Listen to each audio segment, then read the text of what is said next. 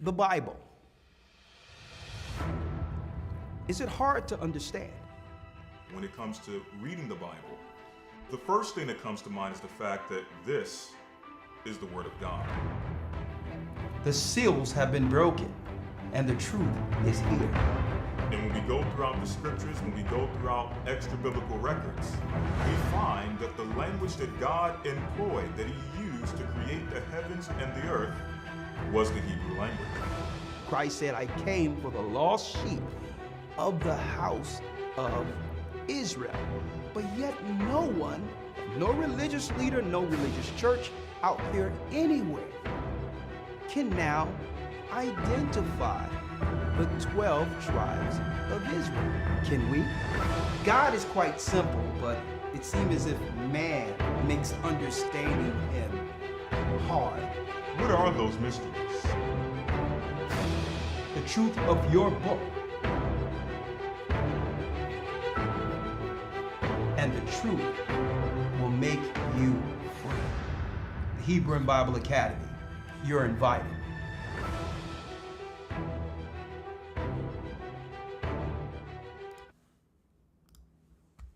Blessings, blessings, blessings, blessings, blessings, blessings. Let's go. Let's go. Come on.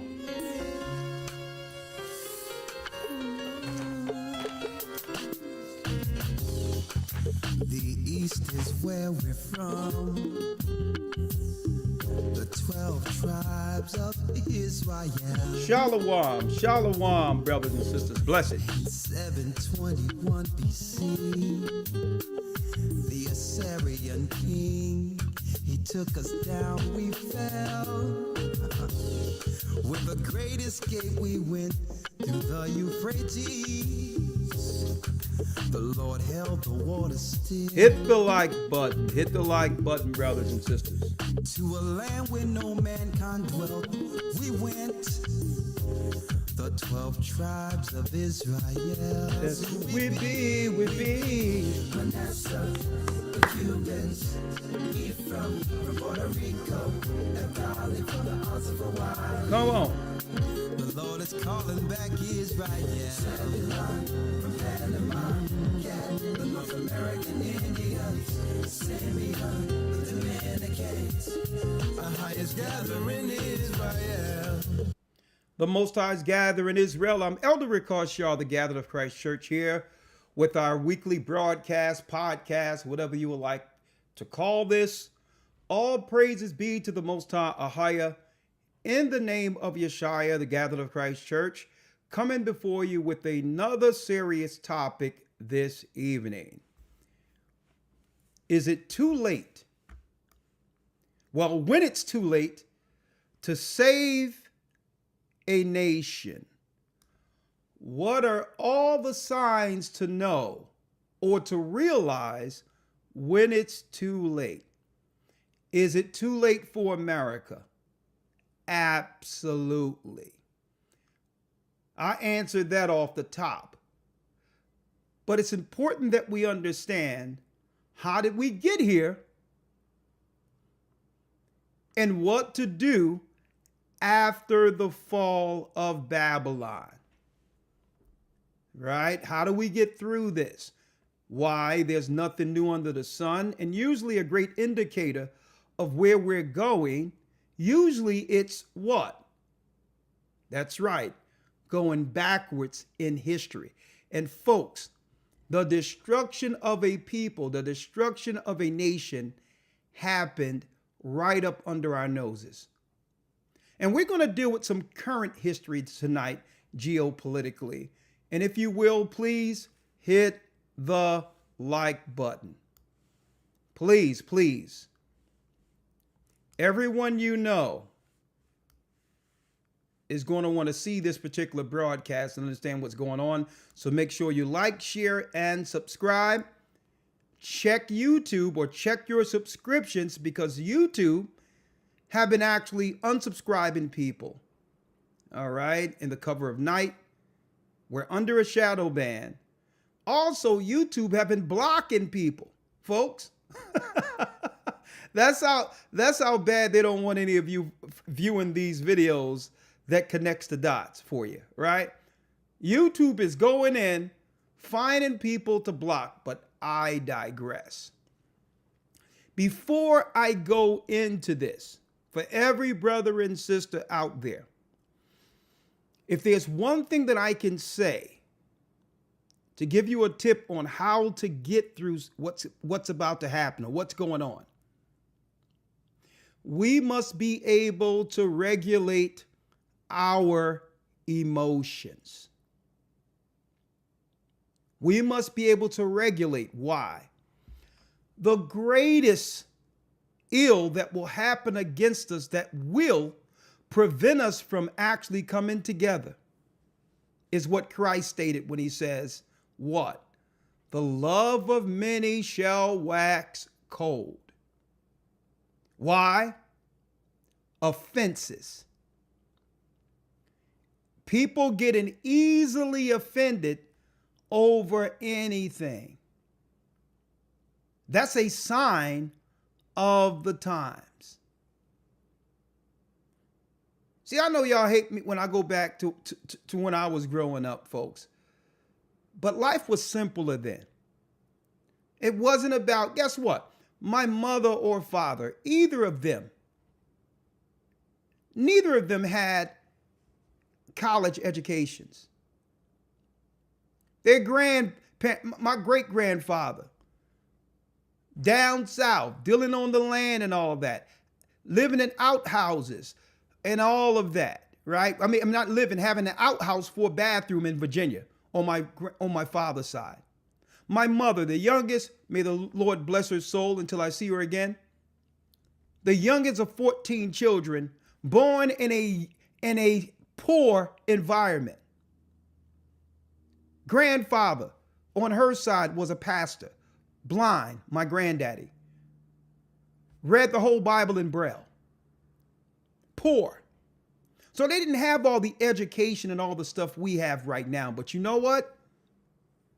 They were better off. They were better people. They were able to do what?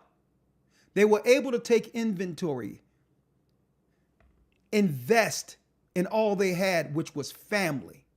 Even though they didn't have much financially, they had everything to live for because they understood what life was truly about: family. And I don't care how much education that people get in our current time. We think we're better than the generation that came before us. And guess what? We have fallen off. We're nowhere near where they were morally in connection with God. A matter of fact, the more education we have received in this society, the more detached from reality the world has become, creating unrealistic expectations based on a piece of paper, not realizing what's about to go down. And one day we'll regret that we didn't have what our forefathers had, our grandmothers and grandfathers had to get us through these times: family. And through that, it built a certain level of strength through the family. It's to the point where you couldn't get offended over everything. My grandparents, we grew up with brothers and sisters, and everyone had to make their own space without offending one another and get used to one another, which carried over into adulthood, where everything don't offend you because we went through all that as children. We went through making our own space when others were there. Not learning how to work around other people without offending other people, understanding their nature, their pet peeves. That's what a household does. Well, now when you go out into the real world, really nothing really offends you because you've learned how to adjust socially, living in a what? A nuclear family raised with a father and a mother together. That's where you work out the kinks. But now, because we don't have that and every little thing is an offense, we get out into the world and guess what? Everything is an offense. How did we become so fragile? What we have to do is we have to pick our battles and understand that, okay, this one little thing this person said or did doesn't really weigh anything. When you weigh it in the balance, if I really care about this person, is it worth me dissolving the relationship when that person may need me one day, right? And I may need that person one day. So I take stock of relationships. I'll take stock of certain instances. Yes. So we have to watch when we are offended, because even our grandmothers, our grandfathers, our father and mothers, sticks and stones may break your bones, but what? But names will never hurt you. You come upstairs crying about somebody said or did something to you. You'd be like, well, listen, you got to learn how to crack jokes a little better. Okay? You got to learn how, if somebody says something, you got to know how to respond. Get your chops up. Learn how to do the dozens. Learn how to be able to respond. Now, if you learn how to, now, of course, our parents told us, well, if you become a wisecracker, that's what my father used to call me.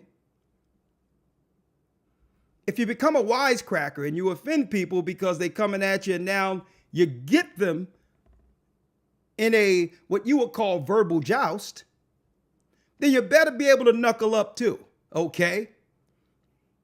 But at the end of the day, we were built stronger.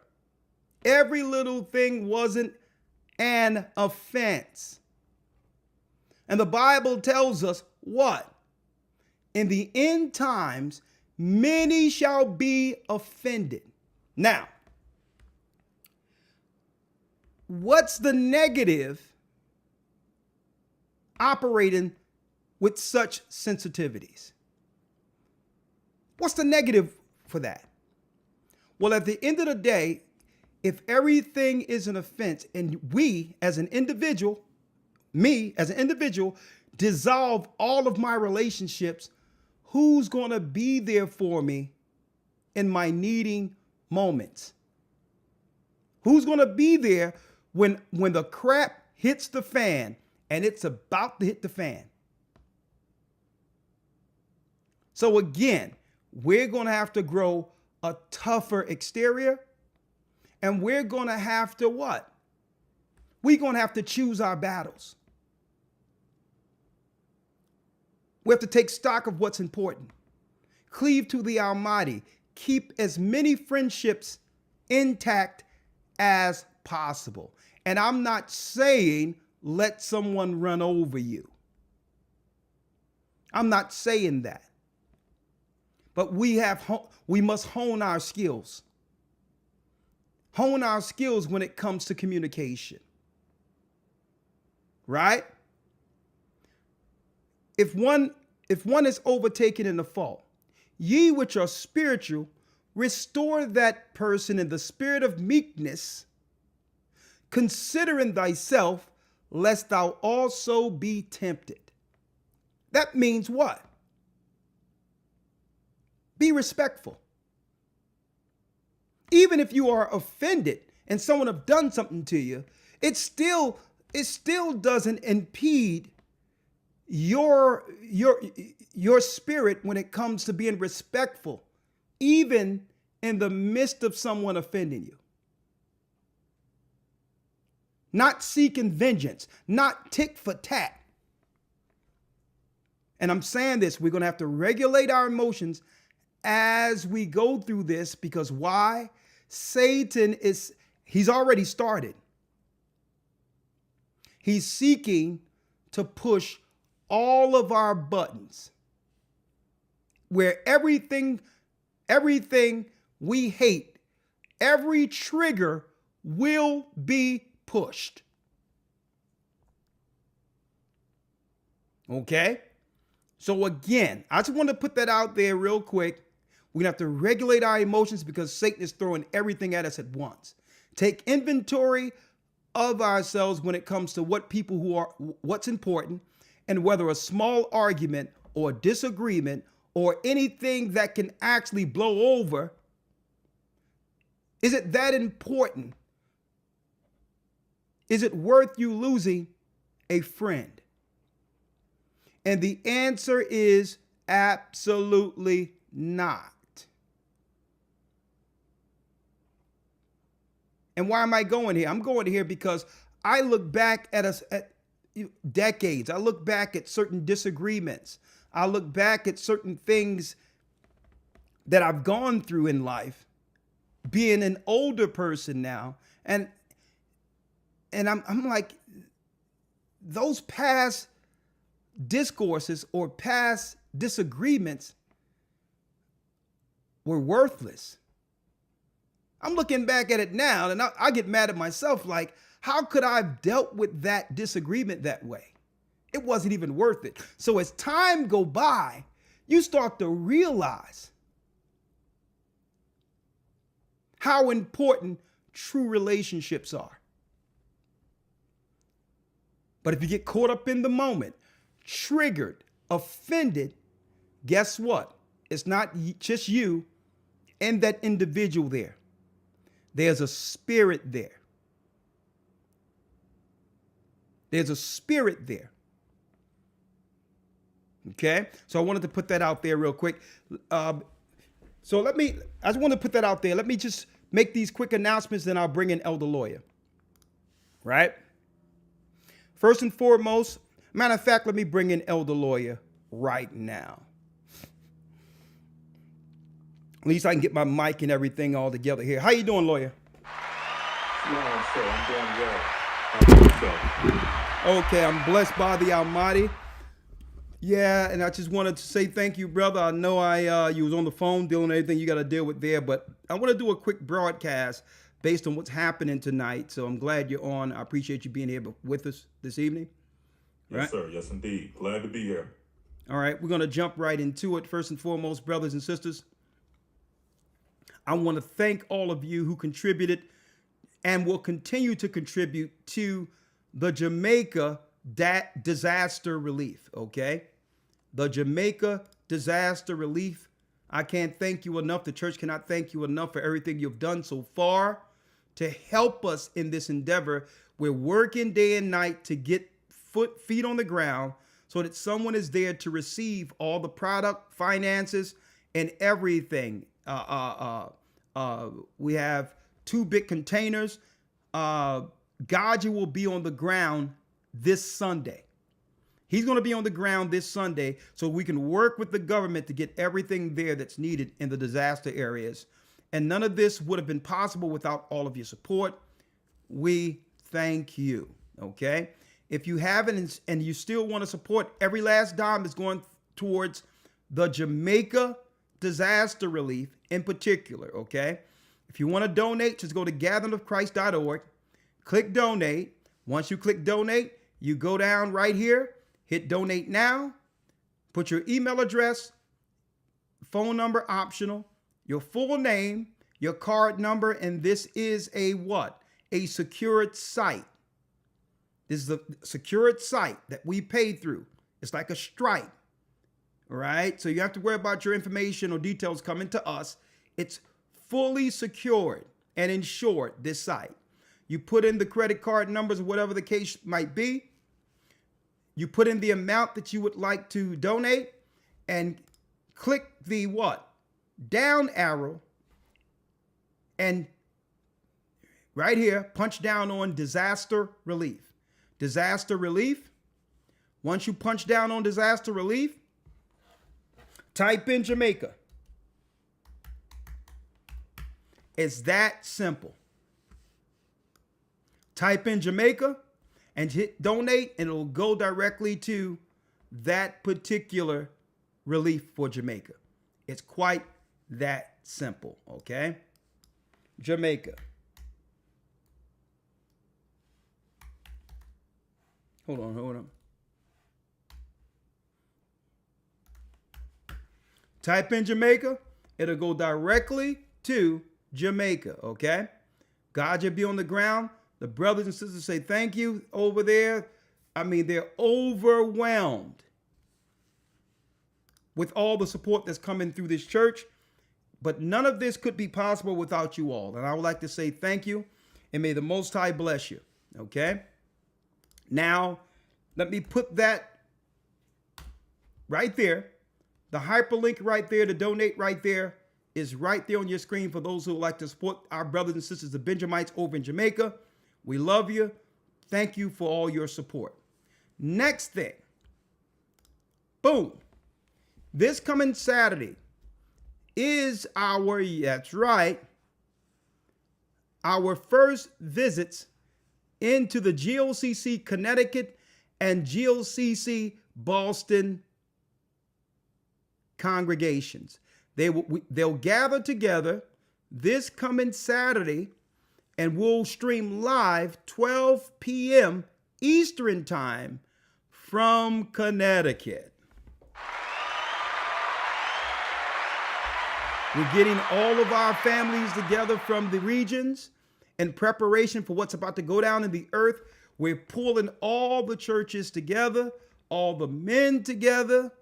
That's right, folks. We have a Maccabees program that's coming down the pipeline for all men. And we have a young Maccabees program, uniformed young men in the spirit, who's going to be going out teaching, learning trades, and doing all types of trades, and learning how to garden, how to mechanic, how to grow to be men.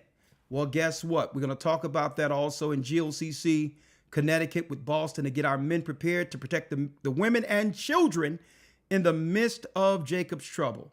That's right. The Gathering of Christ Church, myself, will be live. Thank you, Bishop Ganon, and all you who do great over there in those areas. Hartford, Connecticut, this coming Sabbath. Elder Lawyer and I, and we're coming with the full team with that Bible. And guess what? We're going to drop the truth. Connecticut and Boston comes together, beautiful, beautiful congregations. And then after the lesson, we're going to sit and we're going to have what?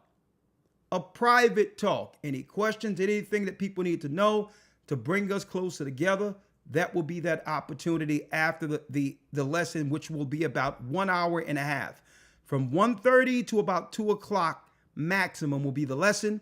Then I'm gonna shut things off and have a one-on-one with my family over there on the East Coast, right? Connecticut and Boston, Elder Ricard Shiar and Elder Lawyer, we're coming to you. Blessings. I'm excited for that. Last but not least, I want to thank everyone out there for supporting the I Am Royal Academy. I Am Royal Academy. Okay, it's doing great. And of course, you can go to gatheredofchrist.org if you would like to donate to the academy, because it's absolutely free for the parents and children, and it runs strictly off of donations.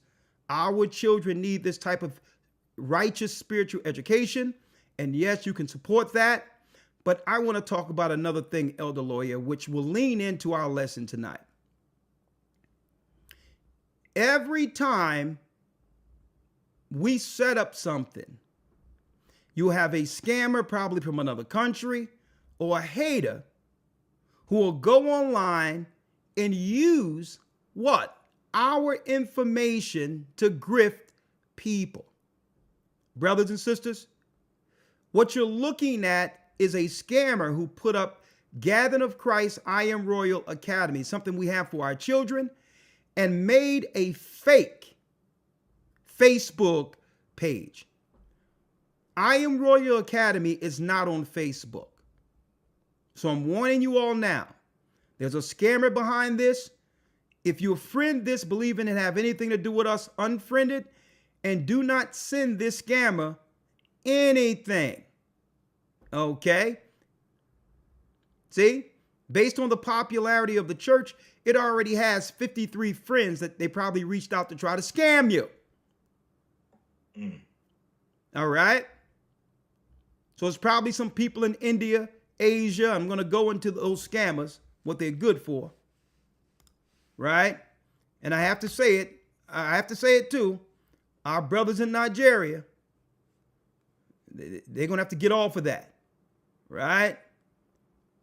They scammer extraordinaires. You know what I mean? Talking about, you know what I mean? I'm a 12-shield general next to the president. They send you a letter. I'm next to the president, and right now, and I just escaped the prison, and right now, but my cousin got about $30 million in this account that's waiting for me once I get across the border.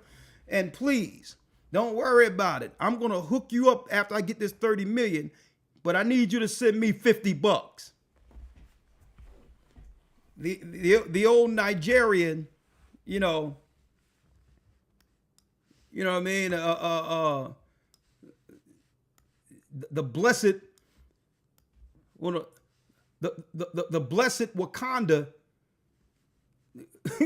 the blessed Wakanda spiel, right? Listen, give me $100 and you'll have vibranium in the mail within 3 weeks. Watch out for those Nigerian scams. All right. Watch out for those Nigerian scams. And we're going to talk about that. You had my man Akon. Mm-hmm. He came from over Africa. I'm locked up. Won't let me out. No, I'm locked up. He come over to America to partake in the American dream. He's stealing cars. He telling people, he's telling, what's his name? DJ Vlad and all that. Yeah, I was stealing cars.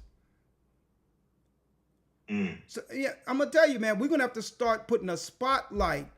We've been ignoring some of these characters coming over from other places, throwing all their negativity and criminality on us. And you know what? The Bible states, thou shalt not steal. So we're going to start highlighting not just people we know. Listen, not just people we know. We got to start highlighting where these people are coming from that's scamming on us. But at the end of the day, we find out they from somewhere else. Okay? We ain't dealing with it no more. Who's going to set up something that's for the children to steal from the children?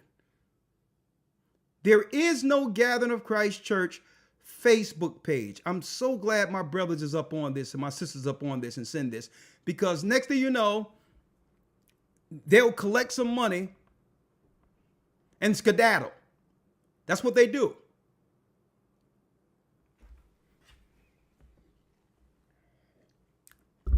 I mean, Lord have mercy. But speaking of scammers, Elder Lawyer, it's time to go in. Do not support this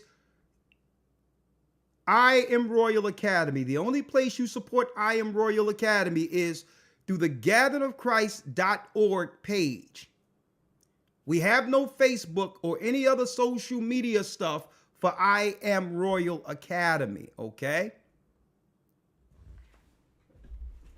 Just putting that out there. Scammers. Speaking of scammers, it's time to go in, Elder Lawyer. It's time to go in. We have a nice broadcast tonight, a good topic. When it's too late, title, When It's Too Late to Save a Nation. Okay? Now this is going to lean in, Elder Lawyer, to our, look, good for you, sweets. Go delete and send them a message too. Let them know if they don't repent, they will burn in hell. Right? Hell, the judgment for rebellion was the academy class we taught Sunday. Okay, so you have the scriptures. If you're in the academy, send them a few of those scriptures of what happens in hell if you don't repent. All right. We're tired of the Nigerian scams. We're tired of the Asian scams. We're tired of the East Indian scams. We're tired of the Arab scams.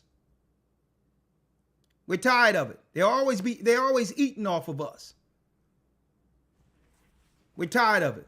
We're going to start pointing these things out going forward. There is no Gathered of Christ Church, I Am Royal Academy on Facebook. Give them a piece of your mind, but again, be respectful. Those sisters go over there, they start reading people. We don't want that. Right? Now, jumping right in. When it's too late to save a nation, 1,500 people doing a great job. Let's see if we can get this up to 2,000. If you didn't hit the like button, do so now. Let's go in. When it's too late to save a nation. Now, if one is going to destroy a nation, where does one start?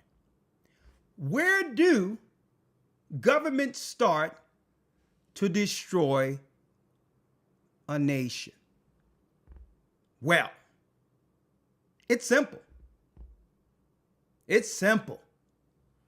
You press upon the weaker vessel. Now, I'm going to be going into that the last week of the Academy, where we'll do a roundtable discussion. There's going to be cameras and all of that. We're going to have Zoom in there. We're going to have a panel of brothers and sisters around the world and a roundtable to talk about what? The division, how to bring Israel together as a nation. Not pointing the finger to one side or the next, but just be real, accepting the realities of how we got here and how, according to God, we'll get out of this.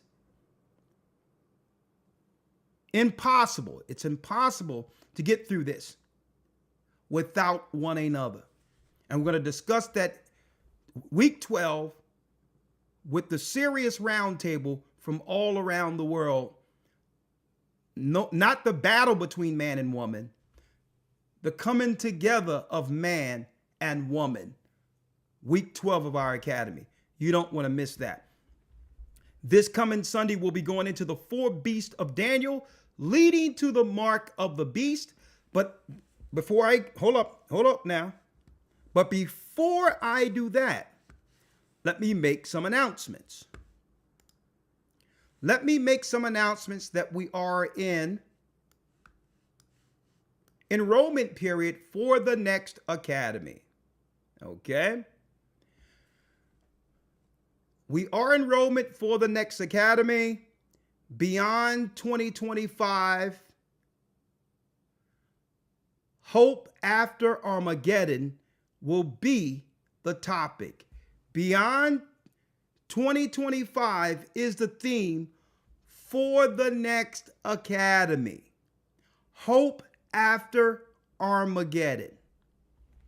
Because with all the doom, gloom, and everything that's going on, brothers and sisters have to realize and or understand that there is hope through this for those who endure. And we're going to talk about it in the next academy. How to not get all bogged down and totally flustered to the degree of giving up based on all the negative that will ensue through the persecutions. Don't worry about that. Don't worry about any of that, folks. We're going to show you the hope in scriptures to get through Jacob's trouble in the next academy. In the next academy, okay? Now, let's go through it. These are the lessons you can look forward to. How Israelites prepared to leave Egypt. Going into the wilderness will be a complete lesson. That particular lesson will go into Egypt. How we prepared through what? A famine, 7 years. and was able to make it through by using the preparation God gave us, we're going to have to do it again.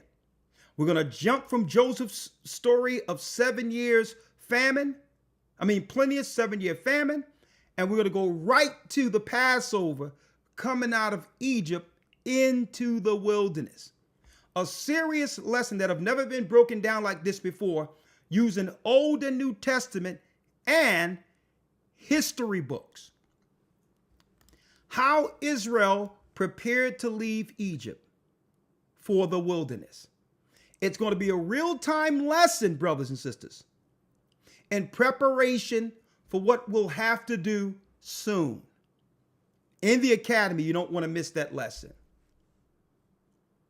How the Israelites lost Jerusalem.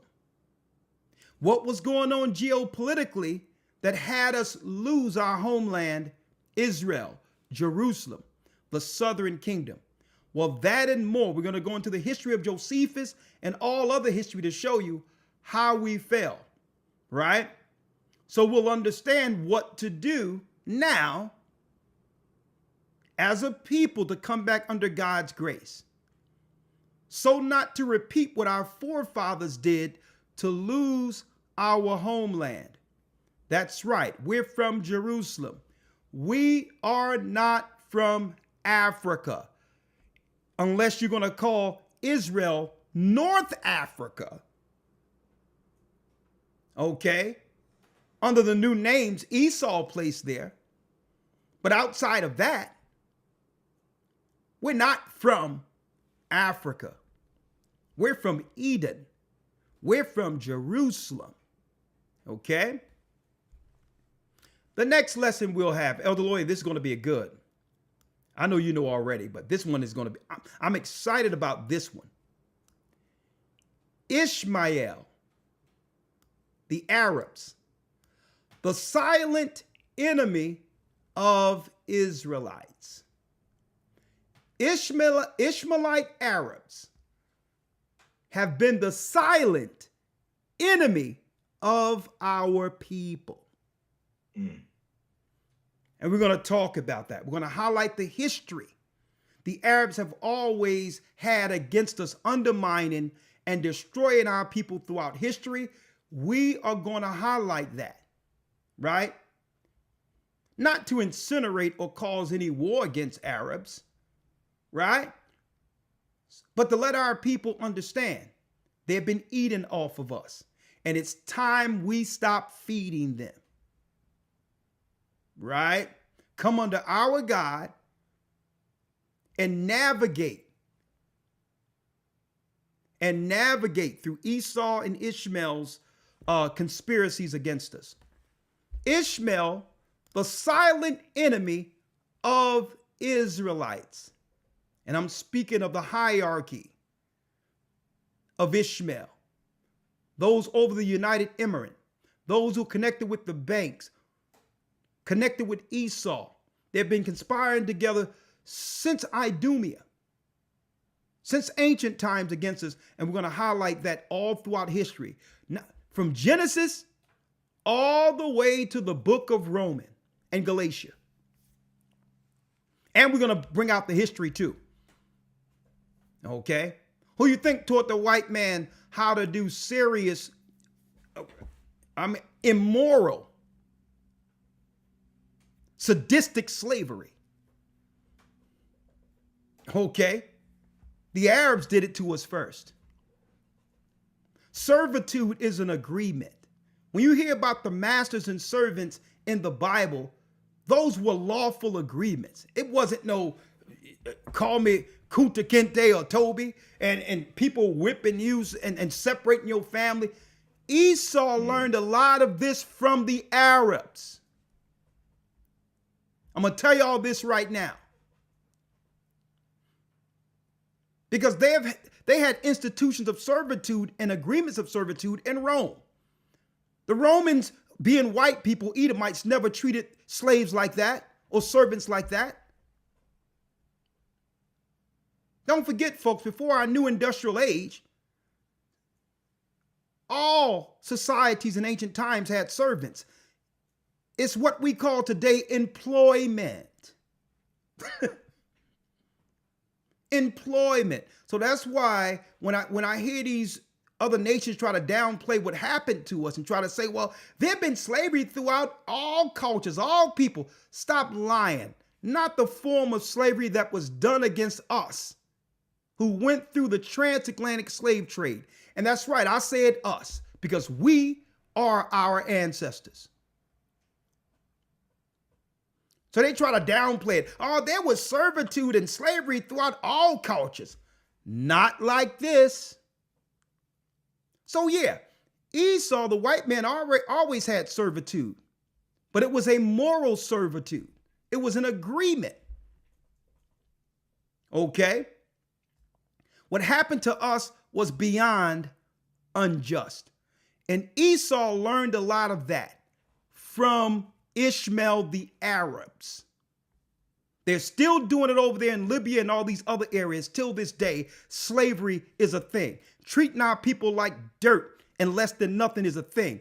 And guess what, Elder Lawyer? They think these immigrants that are coming over here that treat our people like dirt over there in Africa, they believe they're going to come over here in America and try some of that on us.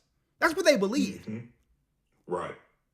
Hence the reason why they went and hired buffers like Barack Obama and all that to segue these people who've always had vitriol against us, because they think they can treat us over here like they do Africans in Eastern Africa and the Sudan and all that. But guess what? They got another, I keep on saying it over and over again. Esau is setting y'all up for a serious rollover. Because the last thing you want to do is to unite Judah. We are different.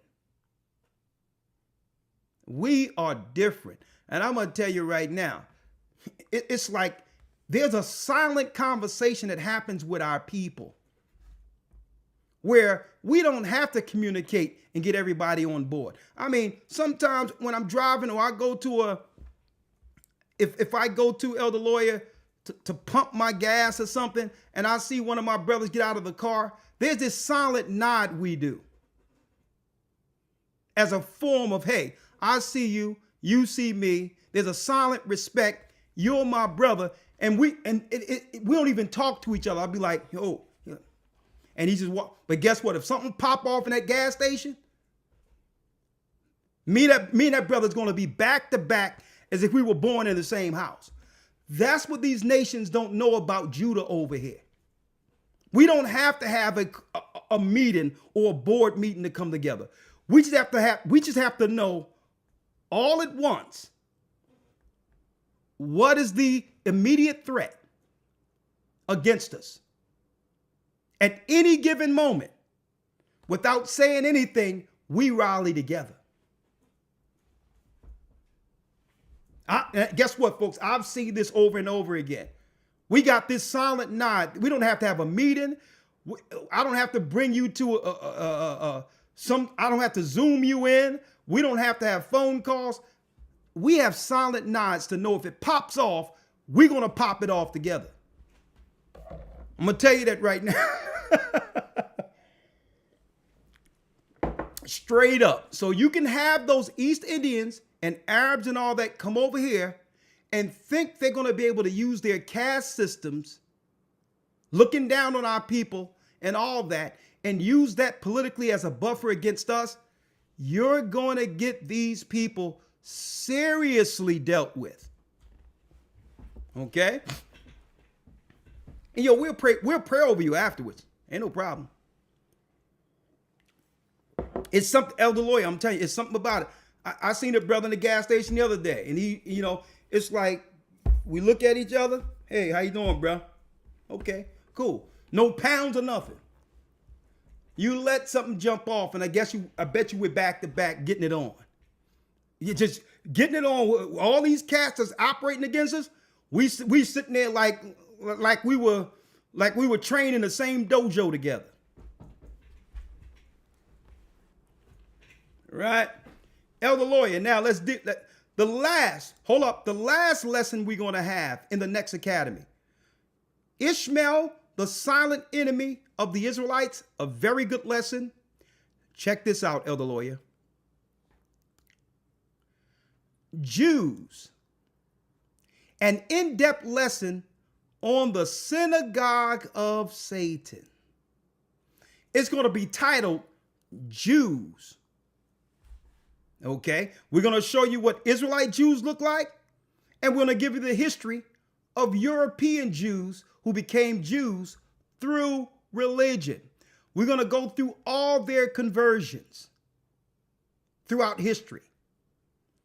Anytime these Edomites partook in our land and took on some similitude of our religion, we're going to show you historically as well as out of the Bible all of their conversions, and we're going to teach people what they truly believe according to the Talmud. You don't want to miss that lesson. Jews, an in-depth lesson on the synagogue of Satan. And Elder Lawyer, it would be amiss if we don't tell them about this one. The last lesson we're going to have, week 12 of the Hebrew and Bible Academy, next academy, AI technology and the days of Noah. Brothers and sisters, suppose you find out that the technology that we see today, that we're utilizing right now, existed in ancient times, that we're just using old technology. And folks, they tend to drop that in some of the movies, like the movie Predator, the original Arnold Schwarzenegger, when they went into this ship and you seen all this technology and how the tables were all laid out and all, it was looking futuristic, folks. It wasn't futuristic at all. All of this technology is from the past. Even our priest, the Levite priest, could communicate through a Urim and talk to another priest who was in the suburbs who was the priesthood of a different tribe. If the priest wanted to speak to the priest that was over over Simeon, Judah, Dan, Naphtali, they would talk through a Urim. It's no different than me looking through a screen right now and talking to you. All of this technology existed before. AI, the technology in the days of Noah. The technology will be used to bring all of Satan's soldiers together under him at the very end for the final battle of Armageddon. 12 full weeks.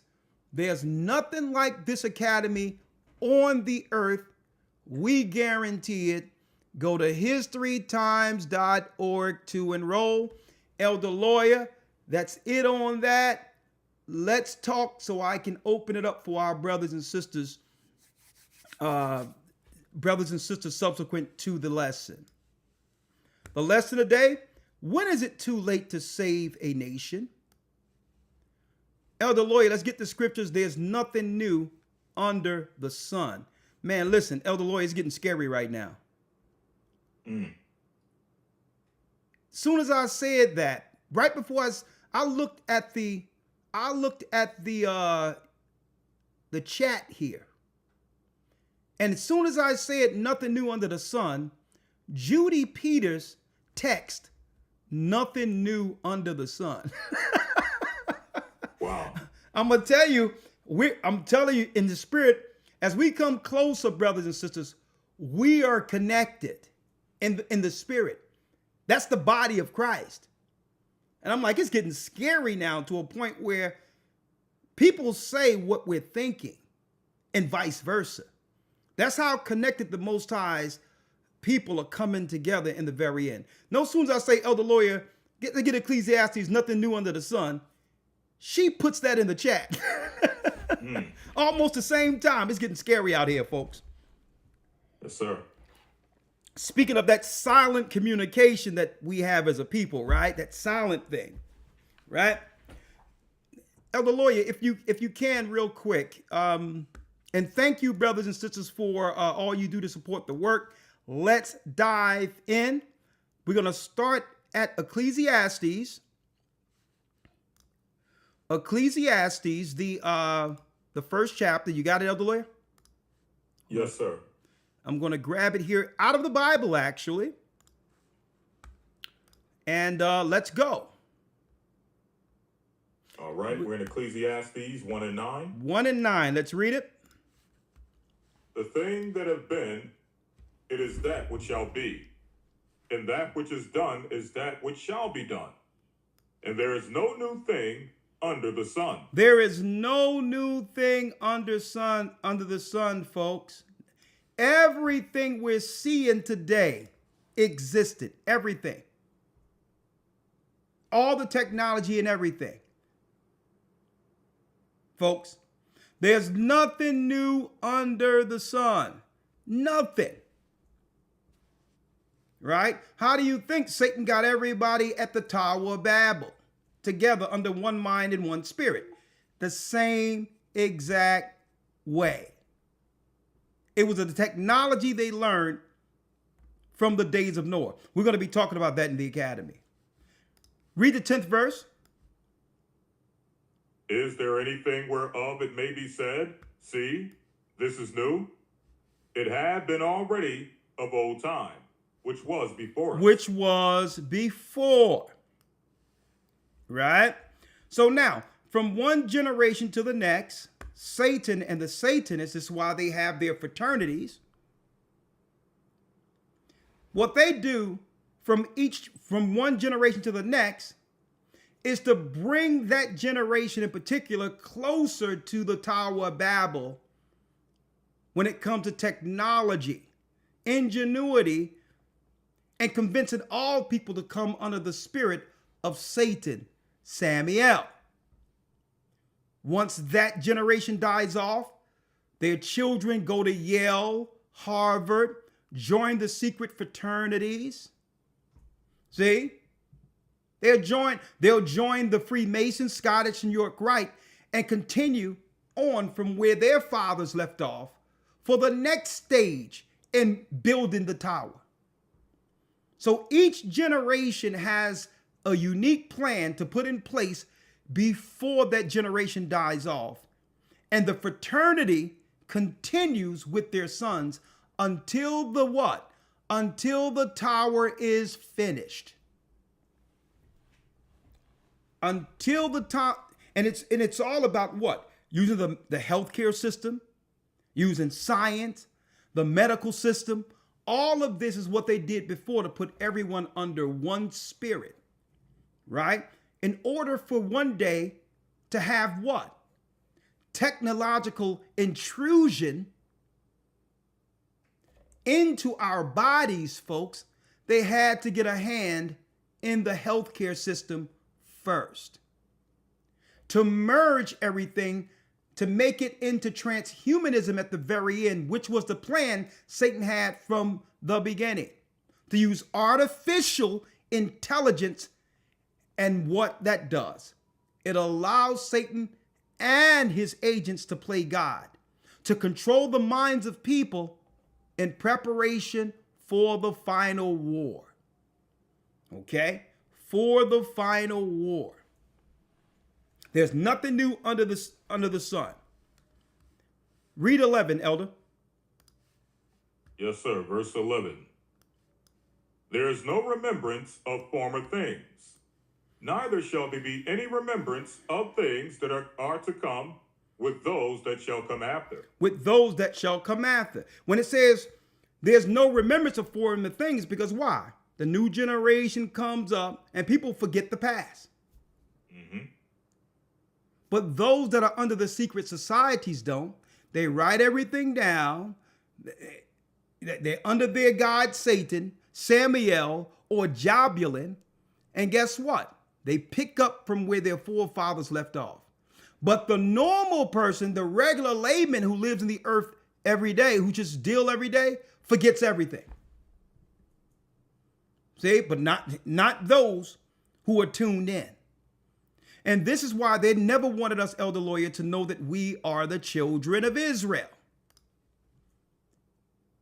Us finding out, brothers and sisters, that we're the chosen people of God was the game changer of all game changers.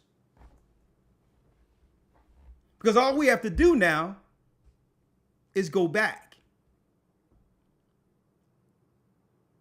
Go back and seek what they tried to erase. Our name. And once we knew our name, the Bible, boom, it's like a light came on. Like, okay, well, if I know who I am, I also know who are my physical, mortal enemies. Okay? By name, I can name them. See, if you don't know yourself, you definitely can't name your enemies. And then I can go back into the confederacy of Psalms 83 and see all the nations who were there conspiring against us back then, to know all those who are in the UN conspiring against us today. The first United Nations was formed at Idumea, and David, down the line, identified that conspiracy where all nations will be a confederate against our people, folks. That's our modern day UN, who's coming in under the guise of what? Humanitarianism.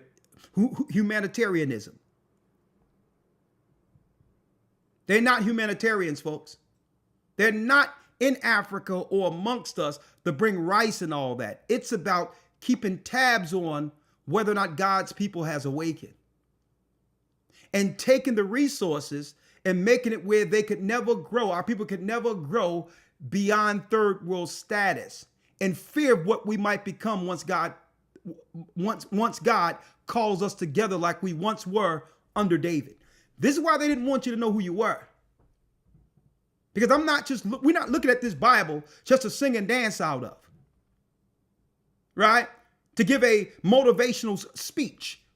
No, we're using this Bible for everything. Geopolitically, history, to understand how other nations conspired against us. This Bible is the greatest tool on earth for our people. The greatest tool. Now, speaking of the Bible, when it says there's nothing new under the sun, this topic, and y'all doing a great job hitting the like button, when is it too late to save a nation? This is when it's too late. Is it too late to save America? Yes. Why? I'm going to show you. We're going to give you a model. Everything they have done to America, brothers and sisters, China was the beta test. China is 10 years ahead of us, the Western world, in Esau's diabolical social engineering that brings all countries to their knees. China is the model. They're 10 years ahead of us. The testing ground is on them first. I'm going to show you this. There's nothing new under the sun. You want to know what they're about to do to America? What they've done to us using different systems? You don't have to look any further than China. Right? But before I go there, Elder Lawyer,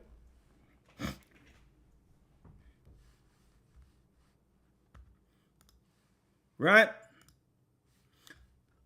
Because the enemy always tell you what they're doing. I need to drop on brothers and sisters, what's next? What can we look forward to in America, the Western world, or the earth, globally? What to expect in the next few years under Trump's administration? We don't have to go any further than the World Economic Forum chief warns 3 possible bubbles in global economy, right? Now, when we hear about bubbles, something that what? Eventually, it grows to a point where it bursts and it have to be what? Restructured economically under a new system. Now that the old system no longer works. There's three bubbles, like we had a housing bubble in 2008, right? Where all these bloated mortgages happened, and they was giving loans to everybody, creating a bubble. Now, how they know they was creating the bubble? They knew these houses that people were getting, they couldn't afford. See? They created an artificial bubble knowing that if we do this, we can change the house market forever to eventually bar the poor people out of it. But we have to give the poor people all the money at once. Give them loans for houses they can't afford, and then give them bloviated balloon mortgage payments we know they can't afford down the line in the third or fourth year. So when they did this, it caused a bubble. What bubble? All of these banks who weren't getting paid due to the fact that the people living in the houses could not pay them. See? That was a bubble. So now they say we have a crisis now because the banks are going under with all these defaults. Right? So now, eventually they knew the people that were living in those houses would get kicked out of the houses. That ain't the point. Now they could go to the banks and go to the government and say, give me all that tax money and bail the banks out. Right?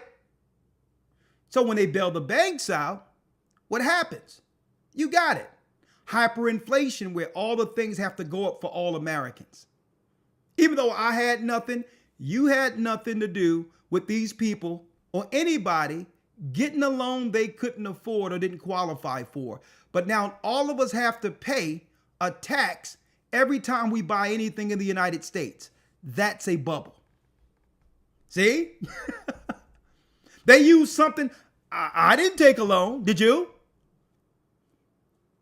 But by doing so, the trickle-down effect is to change all of society with a new market. And usually when they have a new market, the poor people cannot get what they got prior to that particular bubble. And as each bubble bursts, the people become poorer and poorer and poorer. Why?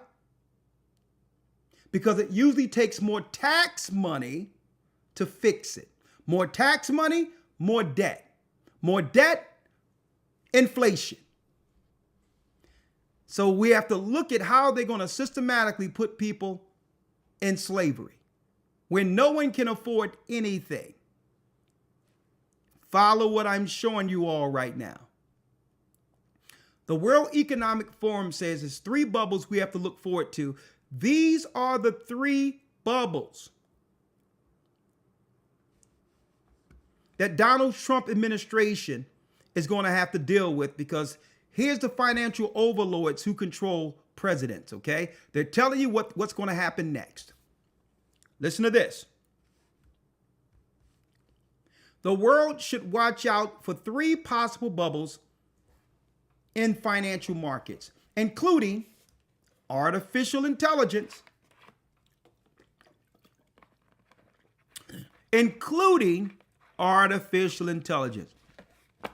When they say artificial intelligence, folks, it's a world without manual employment outside of essential workers. All of the small jobs we've come accustomed to utilizing to make ends meet, to keep the standard of living we've come accustomed to. Brothers and sisters, we have to reshape our minds. They allowed all the immigrants and all the people from the other third world countries to come in to take all small service jobs. Uber, you name it. You name it. DoorDash, Amazon work. Artificial intelligence is going to be doing most of the work, and robots are going to be doing most of the work. Any work that's needed outside of that they'll use foreigners. Why? Because foreigners doesn't cost as much as American citizens. And if they're undocumented, the government or the laborer or the employer can always hold their status, threatening to ship them back. They can hold that over who? The worker's head. So if an American or someone in the Western world wants a job, you're going to have to agree with the same wage as someone who came from the third world, who would work for a fraction of what you work for. Now, here's the issue. Some people might ask, Elder Lawyer, well, that's fair. That's fair, right? At least you and the immigrant is making the same wage. Some people say, well, what's wrong with that? Well, there's subsidies in housing that you can't get being an American citizen. All of the new housing you see they're building, it's not for American citizens. It's for the low labor class. It's no different than when we were slaves. It's a little different. It's a little bit more cleaned up. But the plantation owner was also responsible for the housing provision, health care, and all that, so that his industry, which was the plantation, could run. So it was an expense that your plantation owner was willing to divvy out for the higher profit. I'll take care of the slaves, right?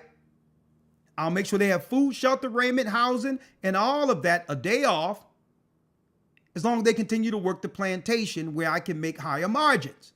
Well, it's the same model using illegal immigrants.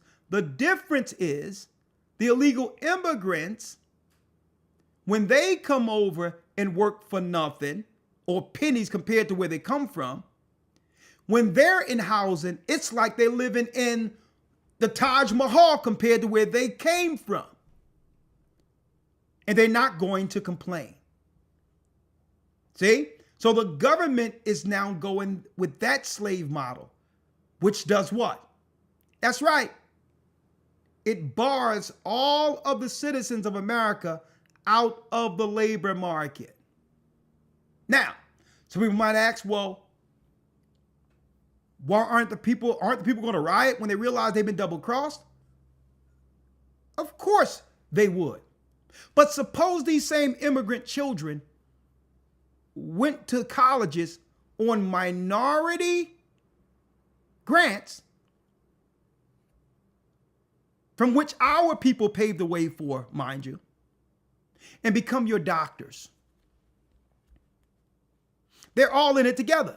Who do you think was pushing the jabby jab and all of that when it all happened? It was foreigners. So that they can get the people who would one day rebel and revolt after being double crossed out of the way. Once our people realize that we've been undermined by the others. See? So if they send their children to free college and all of that, don't give them any debt. And incentivize them to diagnose us in our neighborhoods and become our pharmacists and our doctors and our teachers who have an interest to get rid of us to make way for their own children, then you'll get exactly what we see. So the new housing and all of that isn't for us. It's for the replacements, right? So when they say AI, that's code for replacing people. So there's 3 initiatives that was discussed at the World Economic Forum. I'll look at these because I understand prophecy and I want to see where we are in prophecy. So when it's time to pivot, we'll know exactly what to do and how to do it, right? Including artificial intelligence, that's replacing people, the head of the World Economic Forum, said on Wednesday, in comments that came amid sharp falls in global technology stocks. Brokers and analysts says the falls are a cause for caution, but not panic, as markets have been touching record highs and some valuations are looking overblown. Of course, the markets have been taking record highs because why? Many of the top companies have been laying the majority of employment and the workforce off and replacing it with artificial intelligence. Therefore, that's right. The stockholders are happy when it comes to these top companies. And everyone now is robbing Peter to pay Paul and is picking up end jobs just to make ends meet. You'll be surprised how many sisters I see lately, and it's been a boom in this, out there door dashing and trying to do everything just to stay above water. I'm noticing a rash of sisters now. And that's deep in of itself, but I'm going to show you where this is going. We could possibly see bubbles moving forward on a crypto bubble. I told everybody and their mama when they told people to get in Bitcoin. And everybody, even my son was saying, Dad, we gotta get some Bitcoin. And I told my son, I'm like, son, when our people find out about it, that's right. If you don't get in on the up curve, you're not gonna make anything out of it. When we're trading Bitcoin, it's about the tank. It's all a pyramid scheme that you must get in when it first begin to take money out of it before the down curve. Common sense. So when my son was telling me, man, I got some Bitcoin, I'm like, yeah, it's gonna be worth dust in a couple of months. And he started laughing.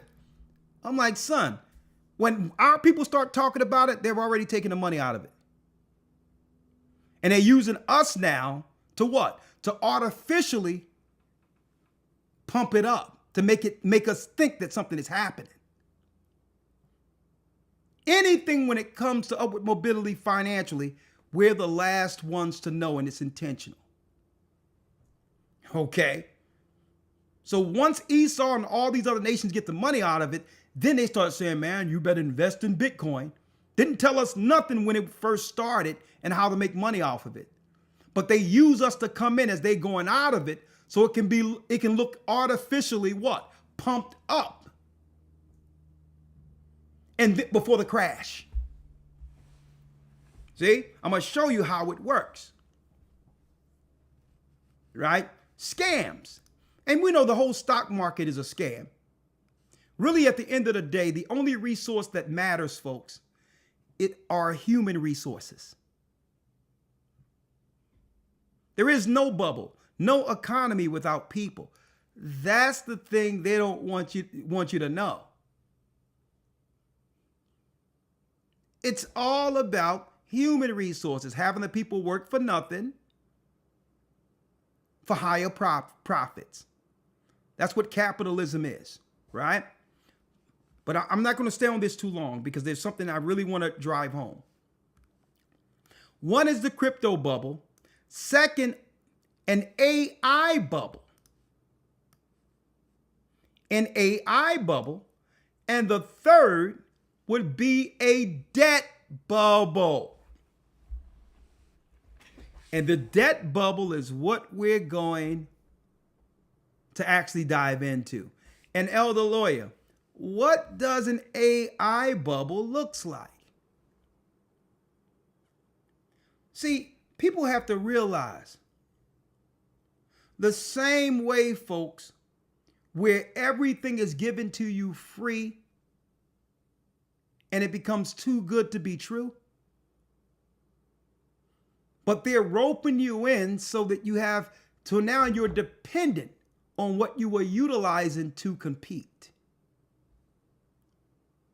So you know how much it would cost to be able to type something in AI to get advice of a serious lawyer that you would have to pay on the level of Johnny Cochran in a couple of seconds, and he'd give you all the information on what to do? Or an accountant? It doesn't matter the profession, elder lawyer. You can type something in AI and it'll do a whole dissertation for you. It'll do everything for you. And we believe all of this is free. No. What they're doing is getting people dependent on it to lose what? To lose the human skill to get it done naturally. In order to compete on a fast market where everyone is using AI, everyone is going to have to continue in AI, even when it costs hands over fists. Right. People are going to become so dependent on AI. And I'm speaking of these corporations.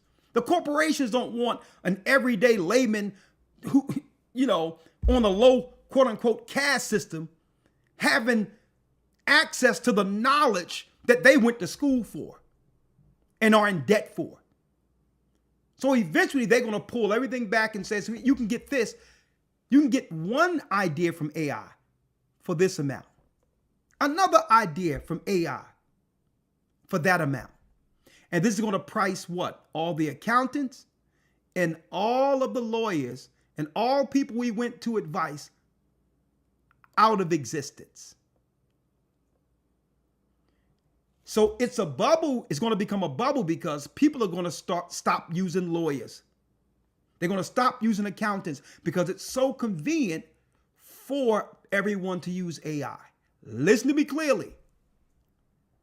So the lawyers are seeing that they're not getting the phone calls they used to get because we're getting consultation now, legal consultation with also background court cases and all that the AI can look into for comparison to give you the insight on how to fight your own cases and all of that. Lawyers are seeing the hit right now. I've spoken to one and they told us AI is kicking our behind. I spoke to a lawyer. He said, listen, people aren't calling like they used to anymore because they used to get us to look up the information and AI is distributing the information. I'm like, woo, this is deep. Because they're going to get all the people dependent on asking AI. And then when there's no people to actually do it who left the market based on the fact that that particular field doesn't exist like it used to financially, and they can't keep up with their expenses, these educated people who are lawyers are going to go into something else. Doctors are going to go into something else. And the whole world is going to be at the behest of AI. And that's when the price is going to shoot up exponentially. People are not going to be able to afford to get advice. And now the industry, the people who put AI out there for everybody is going to now consolidate all power. No more upper class jobs like lawyers and all that. But then there's a debt bubble. What's a debt bubble? Well, if you're taking the lawyers and everybody out of the way who went to college, and how are they going to be able to pay the debt? Right? You know how much it costs to become a lawyer? You know how much it costs to become a doctor? So now if AI then put all of your doctors and lawyers and all that on the couch because they're not making money because everybody is a professional now having access to AI, then how can they pay the debt when doctors and lawyers are no more necessary? How? They don't. So what happens with the debt? This is how you do what? You take the upper class and move them slowly into the lower class to be easily controlled. If you have finances, you have upward mobility and choices. Right? See, what I'm showing y'all, brothers and sisters, is the global understanding of everything. Right? We're doing what we've been doing. I don't need AI. We got the Bible. Okay. That's right. We're going to do what we've been doing. Okay. We got the Bible. We got the precepts. So we're going to depend on what we've been dependent on. right? So now, 3 separate bubbles, right? They're talking about, right? Now, instead of getting into the politics of the companies and all that, I'm going to talk about that Friday. But I'm going to talk about, we're going to jump into Elder Lawyer right now, when it's too late to save a nation, right? I mentioned earlier that China, Elder Lawyer, was the first model they would use to bring all countries, especially America being the target, down to third world status, right? Now, they would use this model against America in particular. Why? Because America poses the greatest threat to them accomplishing fully the New World Order. Why? Because Americans are too influential, especially the tribe of Judah living here. Well, now Judah is running neck and neck with those who've oppressed us. So they're speeding this stuff up. When I say neck and neck, folks, a lot of you don't know this. Medium income, the white man only makes about 7,000 to 10,000 more, between 7,000 to 10,000 more than the average black man in the United States. If that's not closing the gap since slavery, I don't know what is. Right? So these nations are seeing the metrics. Esau is seeing the metrics and saying, man, I'm throwing immigration at them. I'm throwing this, that, and the other at them. But when you look at the medium income, you always got to look at the middle. Don't look at, there's not too many people at the top and there's a lot at the bottom. You have to look at the medium to understand the metrics they're looking at. And if these people were brought into slavery and went Tulsa, Oklahoma bombing, Move member bombing on Osage Street in Philadelphia, undermining us in Harlem and taking Harlem, immigrants, they did everything, and they're only $10,000 ahead a year, annually. They're saying, hold up, he's on our heels. We done did all this remixing and everything else of America. We done undermined everything that they were doing here since slavery, and we're only 10,000. we only 10,000 more annually than them. So they got to bring everything down. That's what the immigrants are here for, to lower wages so that Esau can make that gap again between himself and us. Listen to what I'm saying, folks. This is Economics 101. They try to downplay it. Oh, what about the crime? What about this? What about that? But what they are ignoring, folks, is what they refuse to put a camera on. The success of God's people. The morality that's within God's people. It's not that it doesn't exist. They are intentionally ignoring it. And the example I can give you, Elder Lawyer, you would think every major news station would be up on this. Hey, you got a righteous people following the law, and their children are learning well beyond their age in this new I Am Academy homeschool. You would think that the media would want to put a spotlight on all that positivity. You would think so, right?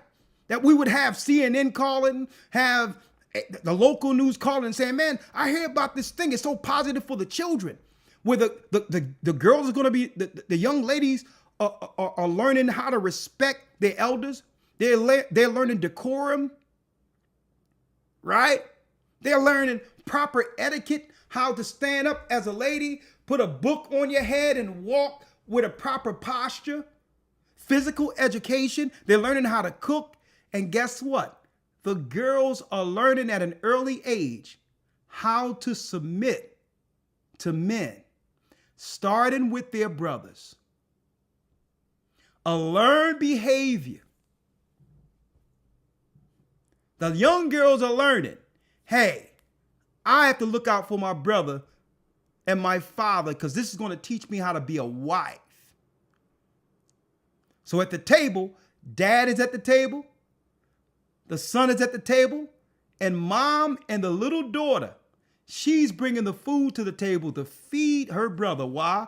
Because her brother have to be big and strong to protect her when the enemy come through the door.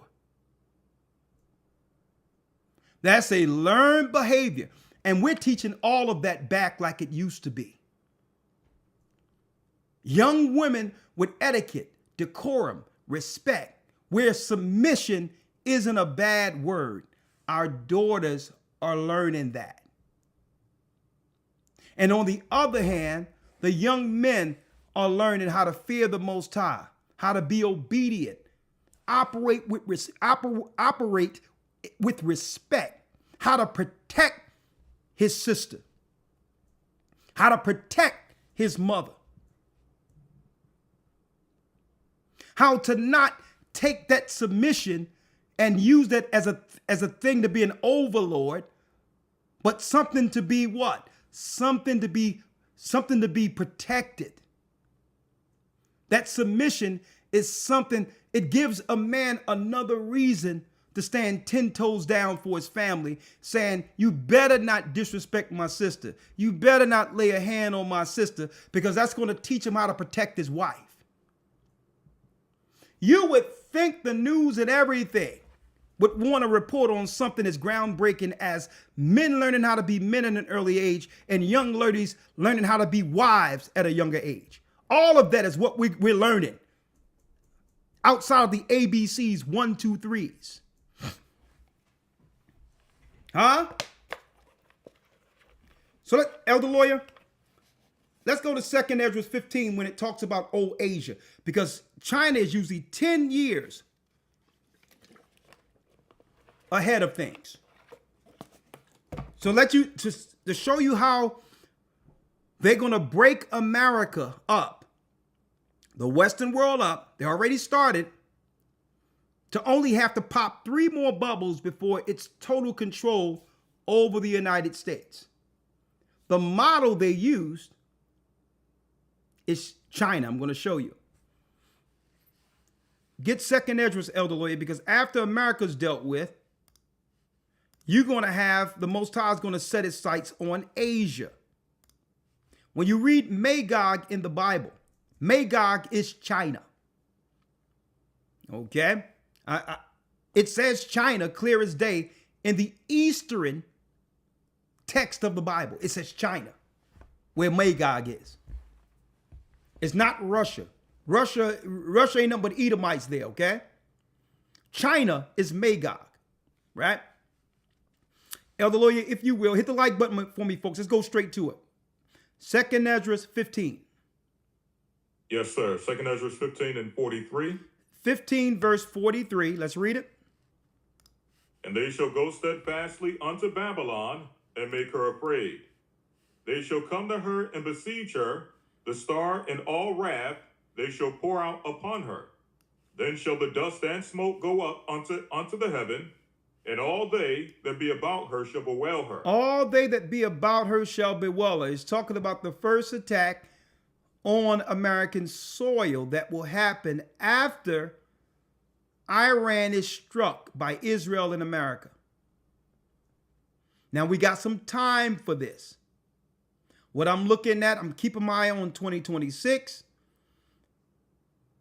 Around 2026, around that time, to know exactly where to operate as far as getting people in preparation to go in case they have to go from one city to the next. I'm looking at 2026 for that. That's all I can say. Just stay tuned here and you'll get it. Right? But we have some time. But when they do that strike, eventually there are going to be many strikes on America from these foreign countries. And guess what? The Tin Horns, led by Rome, Europe, will allow this to happen. It's intentional. So that all power goes back to Europe.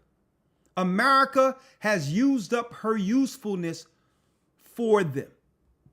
America was a buffer country where they can dump all their trash and blame everything negative on America. That was the point. After utilizing America for everything, now that's used up is useful, they're going to dump everything negative on America so that it's justified in the war. So that now all the glory go back to the tin horns who made her. That's Revelation 17. So what happens after that? Let's read it. Is the rapture, someone asked, is the rapture coming for us? There is no rapture. A matter of fact, I'm going to help you out real quick. Hold that, elder lawyer. This is what I'm going to do for the person who asked, will the rapture come get us? The only rapture that they ever knew was if somebody go get that jabby jab, you get raptured into that light. Okay? They was doing the rapture during COVID. Okay? What I'm going to do for you real quick, I'm going to type in the word rapture and see if you can find this in your Bible. Rapture. See that? Let's see if this is something God is talking about. Oh. 0 verses found. 0 matches. So if rapture is not in the Bible, where did Christians get rapture from? The satanic Jesuits, who are the apologetics, came up with this in the late 1600s under Ignatius Loyola, a Satanist. Him with Alberta Ribera got together and said, we're going to give the Christians a fake coming, or at least an idea of Christ is coming outside of what the word says, so that Christians will think that they have to wait to get floated up before all the bad stuff happens. So if a Christian believes he's going to be floated up, then he's not going to fight. He's not going to be invested in that he's not going to be invested in how to spiritually get through the tribulation. See? Why should the Christians be involved? They're going to be floated up in a cloud. So they wouldn't care anyway, right? So this is how Satan put his enemies who are Christians on the sideline. By tricking them into believing you're going to be floated up. Nowhere in the Bible it talks about a rapture. At the last trump in Thessalonians, when we caught up in the air, is when Christ is coming on his way back. That's the last trump. When Christ comes back, he's not going to go back into heaven for 7 years and wait for an antichrist. These are all things created by the satanic dark knights called Jesuits, who taught that garbage in the Christian churches. So there will be no rapture. Right? Unless you're going to unless you roll up your sleeves and get one of their little thingy things, they'll rapture you. They'll help you rapture that way. Gone suddenly. Right? So let's get back to it, other lawyer, real quick. I want to show that real quick. There will be no rapture. Now, if you want to see that light, listen to what they're telling you to get. They're willing to tip you over, have you see that light, right? 2nd Esdras 15:43. Read that again. Yes, sir. Verse 43. And they shall go steadfastly unto Babylon and make her afraid. Come on. They shall come to her and besiege her. The star and all wrath shall they pour out upon her. And then shall the dust and smoke go up unto the heaven, and all they that be about her shall bewail her. And that's what we read of in the book of Revelation 18. This will happen after America and the Vatican, along with the Eastern Europeans who went in 1948, once they strike, when the state of Israel, which is nothing but Edomites there, an Edomite army made out of the Vatican from Eastern Europe, once they strike Iran, Iran will retaliate on Israel, and then they'll have their 6 million burnt sacrifice that they've been talking about for years. It'll happen at that time. And then they're going to launch on America. That's the Bible. Specifically, areas like New York Areas like parts of California. They're going to get hit. 45, let's read it. And they that remain under her shall do service unto them that have put her in fear. Come on. And thou, Asia, that art partaker of the hope of Babylon, and art the glory of her person. No sooner does the Most High deal with America and allowing this war to go down as it was written. Now he's going to set his sight on the fall of China.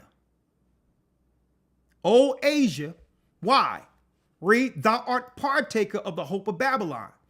Everything they're doing to separate family, the eugenics program and all that, separating families and making it where you're satisfied not having daughters and all of that, Planned Parenthood and all that, systematically socialized families. Folks, China gave up their children voluntarily for this, for science. Now, if these people would sacrifice their own daughters and children like this, what do you think they're going to do to you when they put these Asians in positions of authority over your hospitals, over your doctors, your nurses? Why do you think the majority of people that are serving you health-wise are from someplace else? We're looking for the military to come in with boots. The military are here, but they have what?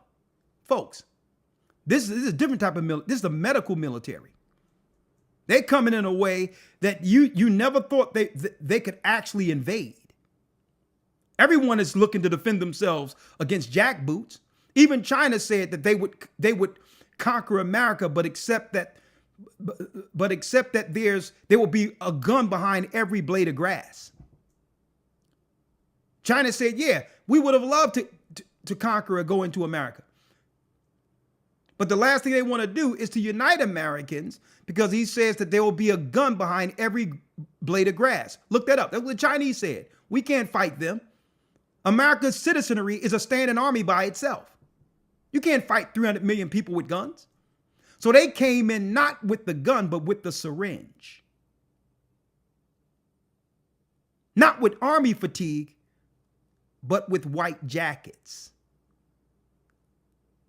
See? And thou art Asia, that are partakers of the hope of Babylon, and are what? And art the glory of her person. And you want to what? You want to pattern your society that was once moral after Babylon, just to be recognized equally in status. But you're giving up so much of your traditions to sacrifice your daughters and your children for Babylon. And that's why the Most High said, you know what? China, I'm coming after you.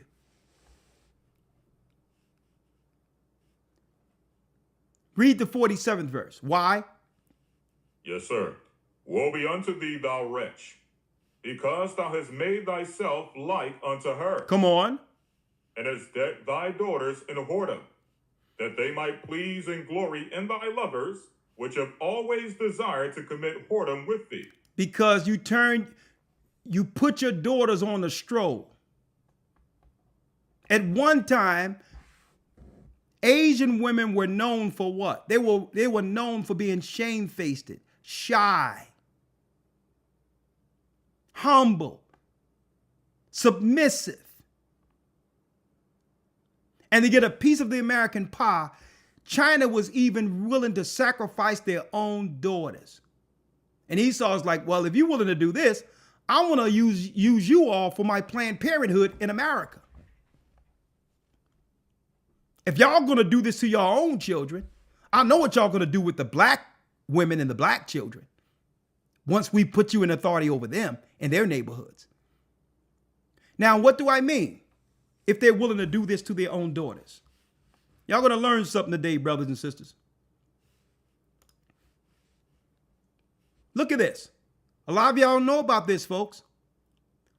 The one-child policy was a Chinese communist ideology. It was a system that was put up there. It was a population planning initiative in China. You know, Esau was behind this too. Implemented between 1979, folks. Look at this. Right after the Civil Rights Movement. 1979 and 2015. So this was what? A social engineered plan China was down with into sacrificing their own people to create a model they would eventually use against the families in America. Predominantly, it would affect who? The poor, black families, the Judites here. Check out this model. To curb the country's population growth by restricting many families to a single child. Do you notice the majority of families, people aren't having children or marriages in America right now, which is a part of that model. But the majority of people that are having children are only having one or two at most. They have socially engineered that into the minds of the population of people. But in order to do that, they had to have a what? A country model it as an example for what the future will look like when it comes to population. A single child policy, so they were getting punished or in prison, or the child was being taken away if they found out they had more than one child. And guess what the Chinese people were doing? Sometimes they would hide their daughters. And when the daughters get to a certain age, they would, to hide from the authorities, they would put their own daughters on the street to walk and beg for strangers and other people to come grip them up, and eventually they'll be raised in child trafficking and all of that in other countries and all that. And China was doing this to their own daughters, folks. They would keep a son because daughters would multiply. The program had wide-ranging social, cultural, and economic and demographic effects. Although the contribution of one-child restrictions to the broader program has been the subject of controversy, its efficacy in reducing birth rates, Bill Gates, anyone? Is he peeping around the corner anywhere? Reducing birth rates and defensibility from a human rights perspective have been subjects of controversy. China's family planning policies began to shape by fears of overpopulations in the 1970s, and officials raised the age of marriage and called for fewer and more broadly spaced births. A near universal one-child limit was imposed in 1980 and written in the country's constitution in 1982. Numerous exceptions were established over time, and by 1984, only about 35.4% of the population was subject to the original restriction of the policy. In the mid-80s, rural parents were allowed to have a second child if the first was a daughter. Restricting birth enforced by government. Man, if America can do this, they would. But they used another thing on our people. Right? Hey, you young girls, take your HPV. Right? Take your HPV. Next thing you know, we started seeing miscarriages and all this stuff out. Not saying that I got to watch what I say here, but they use other systems. Right? Let me roll up my sleeve real quick.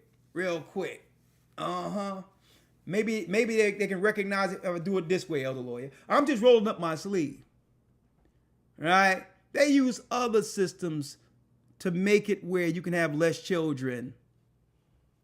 You know, rolled up my sleeve real quick. All right? Got to watch what I say, but I think y'all get the gist of that. to model what they were able to enforce through communism in China. Now, why am I going here? Well, Elder, this is where the rubber meets the road, right? Tell me, Elder Lawyer, does any of this sound familiar?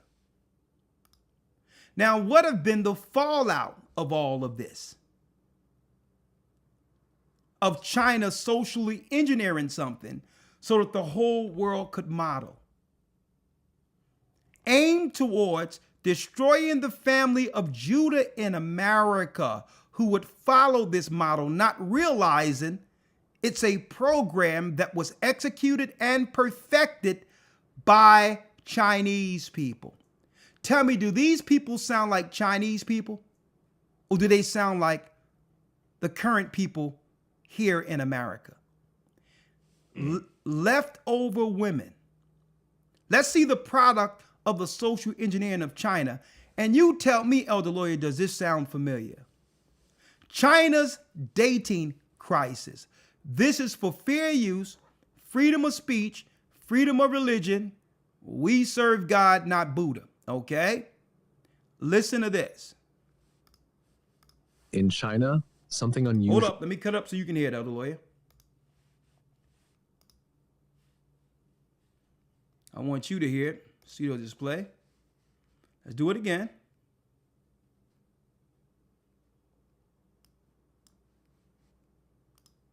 In China, something unusual is happening. A paradox that feels almost unthinkable if you're a foreign man visiting for the first time. On one side, you see rapid modernization, skyscrapers, bullet trains, mobile payments for everything. The country feels like it's operating 10 years ahead of the West. And yet, hidden under this glossy surface is a story about women. Women who by global standards are attractive, successful, educated, and still they're struggling to find partners. They're called Schengen, or in English, leftover women. It's a brutal label, but it's not just a casual insult. It's an entire social phenomenon shaping Chinese marriages and even the dating market in ways most foreigners never hear about. And today, we're going to pull back the curtain. The phrase leftover women wasn't something invented by random internet trolls. It was officially pushed into the mainstream in the mid-2000s by state media campaigns. At the time, more and more Chinese women were pursuing university degrees, careers, and financial independence. By the age of 27, 28, or 30, many were thriving professionally, but still unmarried. And in a society that still measures female success by marriage and children, this was seen as a problem. So the term Sheng started appearing in TV shows, newspapers, and government-backed articles. It painted a picture of women who waited too long and were now facing rejection in the marriage market. The cultural undertone was clear. Don't waste your best years chasing education or careers, marry early, or risk being left behind. For many Chinese women, the biggest pressure doesn't even come from men. It comes from their own families. Parents, aunts, uncles, grandparents, every holiday gathering can feel like an interrogation. Do you have a boyfriend? When are you getting married? You're not young anymore. In a country where family lineage is still deeply valued, the urgency is real. Parents worry about becoming grandparents. They worry about losing face if their daughter is still single after 30. Some even take extreme measures, like going to marriage markets in public parks, where parents gather with paper resumes of their children, advertising them to strangers like job candidates. Imagine walking through People's Park in Shanghai or Zhongshan Park in Beijing. Trees lined with sheets of paper, each listing a son or daughter's age, height, education, job, and salary. And most of the time, the children don't even know their parents are there. This isn't a fringe behavior, it's mainstream. And it speaks to how deeply personal success is still tied to marriage in modern China. Now here's the twist. You might assume these women can't find partners because they're not attractive, or they lack qualities men want. But that's not true. Many are beautiful, educated, and financially stable. The real challenge is expectation mismatch. A woman with a degree, a strong career, and an income often looks for a man who matches or exceeds her level. But in China, this creates a bottleneck because men with equal or higher status often prefer younger women, typically in their early 20s. It's not about romance, it's about cultural tradition. The idea that a younger wife is more pure, more fertile, and easier to mold into family life. So even though these women are objectively excellent partners by global standards, they get squeezed out of the dating market. Men go younger, women look for equals or betters, and somewhere in between, nobody meets in the middle. Here's where it gets even darker. China has one of the most imbalanced gender ratios in the world. Thanks to decades of the one-child policy and a cultural preference for boys, there are now millions more men than women. On paper, you'd think this would work in women's favor. More men competing for fewer women. But it hasn't played out that way. Why? Because marriage in China isn't just about love. It's about economics. Many men from rural areas who already struggle financially find themselves locked out of the marriage market because they can't afford a house, a car, or the high bride prices that are common in many provinces. Meanwhile, highly educated women in big cities find themselves unwanted by men at the top who prefer younger brides. The result? An entire generation of leftover women in cities and an entire generation of leftover men in villages. It's not just a dating problem, it's a national crisis. Behind the statistics are real women living real lives. Imagine being 32, attractive, earning good money, and still being labeled a problem just because you don't have a husband. The emotional toll is heavy. Anxiety, self-doubt, even resentment toward a system that feels rigged against them. Some women choose to push back, proudly embracing single life, traveling, and focusing on themselves. But many still feel trapped between personal freedom and social judgment. And this is where foreign men sometimes step into the picture.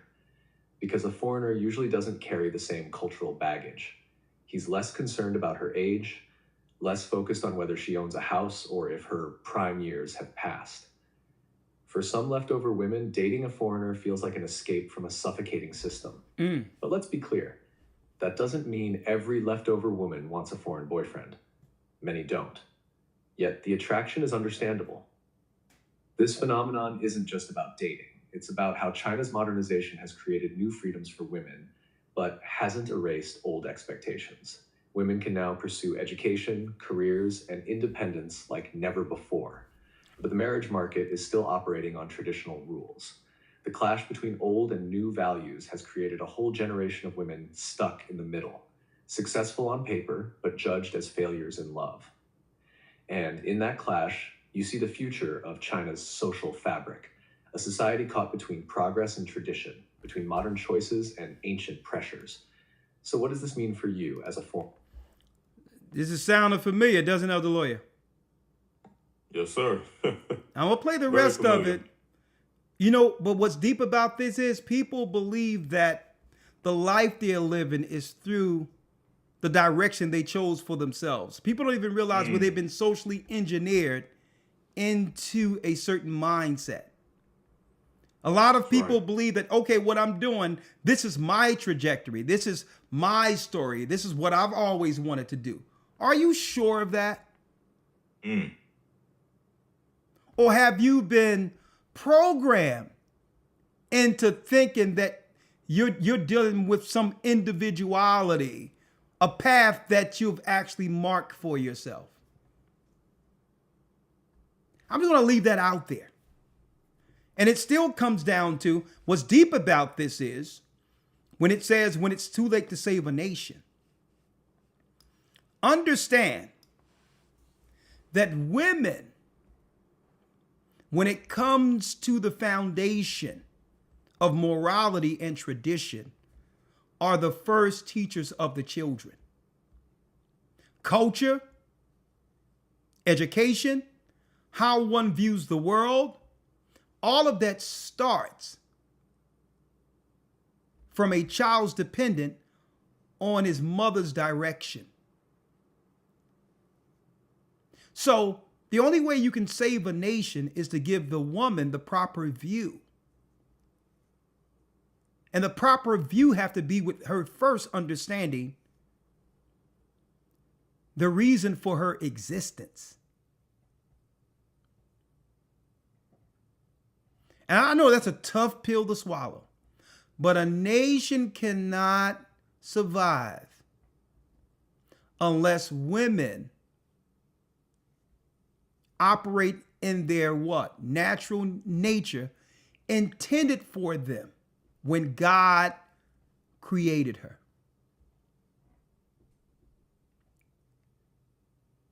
I'm going to show you where this goes.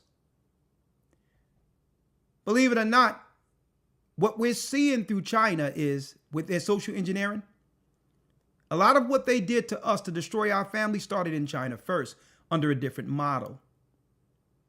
Really, the education and all that, it was to teach women not just to compete with men, but to be men. Listen to what I'm telling you all here.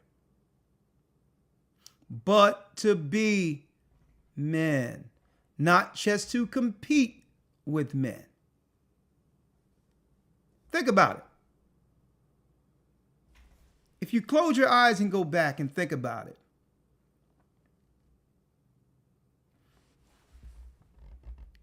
and just take male or female out of the way, who would this usually be the one sought after? Someone goes to school, goes to college, get a degree, raise up the financial worth to an age that this person now can provide for a family. And then once that person have achieved that, at the age to find someone who's ready to have a child. Who does that sound like? A man or a woman? A man. That's always been, it's like they switched the roles socially without telling anyone. What they weren't telling people is, or women in particular, is they use wordplay in psychology by saying, get your education. But what they didn't tell women, and what they should have been saying, this is what they were teaching. You can be the man. And by doing that, it flipped everything upside down. To where what? That nation will soon be non-existent. When you stop having children and stop having family and kill the life that would normally come to the earth, it won't be too long before that particular nation becomes extinct. That's common sense. But they had to trigger one side to operate outside of nature. And this model was perfected in China. And it's to a degree, elder lawyer, check this out. The men outnumber the women. But because of the mindset of the women over there being non-traditional, the men don't even want these women who would accept being the second or third woman outside of his woman. I need y'all, what type of psychological damage that is, where a man who would have choice outside of his woman knows all these women anyway, and that they will accept it, but yet the men will say, you know what? We have pride. If I don't have enough money to provide for this, I'm not even going to deal with this. And some of these women would accept just having companionship, let alone someone to take care of them, and can't get it. So what's up with the mind of these women that are becoming educated, that even men who would normally see them as something attractive deny them and walk right by them as leftover women? What is it they don't want to contend with? What did these women pick up in the colleges that are making them insufferable, where a man is not even attracted to her? So this is the dynamic of conversation we're going to have in a couple of weeks. But we're going to talk about it today. What are they picking up? They're making a man say, you know what? And I think I know what it is. No straight man wants another man. No man wants a person who's taught how to articulate an argument to get the higher ground or to get their way in a home. Okay? Some of these people go to school to learn how to argue, to learn how to articulate a point to be right, to cause discourse and conflict in their own homes instead of being soft, instead of being submissive, instead of being vulnerable. And when a woman is vulnerable, a man knows he's needed. So I wanted to take it outside of the frame of America, Elder Lawyer, and go to the country that the Most High is going to destroy, who patterned itself after Babylon. So that we can't take this personal to see that this is a world thing, what Satan has done. But through a microcosm, it can only be seen as an American thing or a black man or black woman thing. But no, this thing is a Satan thing. He's always pressed on the curiosity of Eve. Oh, I can show you the first commercial for a degree. I can show you the first adverse, the selling point for her to get a degree. You want to see it? Hold that, Elder Lawyer, and let's go to Genesis, the 2nd chapter.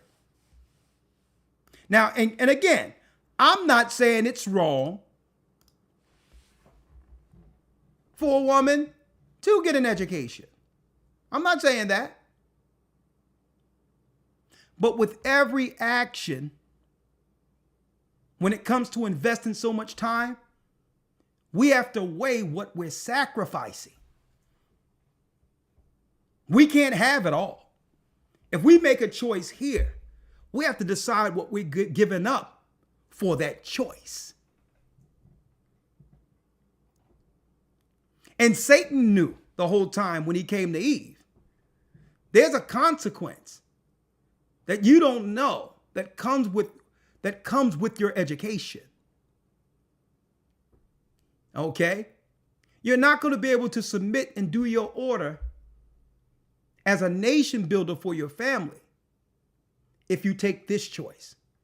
Because I'm giving you this choice to compete with the only one that can defy me, the man. And if you two are not working together, it'll give me enough time to find a way to destroy both of you. So let me show you the first idea of a degree. Because don't forget, Adam already had the knowledge of everything. He named the animals. He named everything. He already had certain insight that he taught to Eve once the Most High took her out of him. Right? Hold this real quick. And let's go. And I'm showing you why I'm going here in a moment. Right? Genesis 3, Elder Lawyer, I'm sorry. A matter of fact, Genesis 2. Because what Genesis 2 does, it goes into the creation of the woman. Right? Let's go there first. Right? And let's go directly to 20, then read 21. On down. Yes, sir. The book of Genesis 2 and 20. And Adam gave names to all cattle, and to the fowl of the air, and to every beast of the field. But for Adam there was not found an helpmeet for him. There was not found an helpmeet for him, read.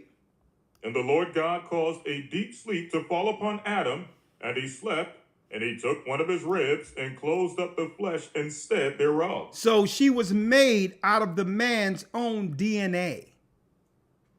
Okay, man was created.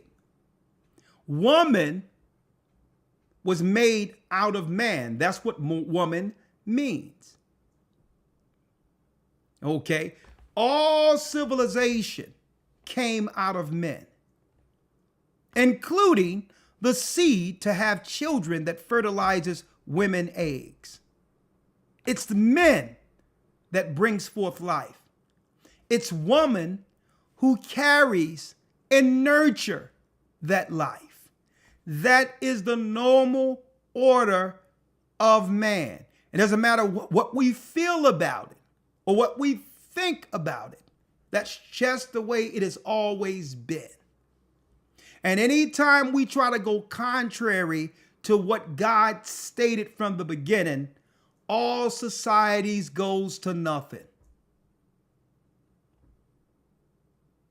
It's not even about an argument. A woman can never argue that she brings forth life. That's a lie. That's a lie. The life is in the seed of man. A woman carries life. It's not even an argument. It's common sense. Now that men, even black men, decided that, okay, no, we're not going to give our seed to some crazy nuts at a sperm bank. Now look what's happening. It turned the whole IVF thing upside down. Where now people got to go find some stuff that's probably coming from some nutty, coked up doctor who's trying to just get paid off of fertilizing a woman. And you got a woman sitting around probably carrying Jack the Ripper's child. Just to do what? Just to oppose the natural order of things. That means to get right in your mind and do what God says.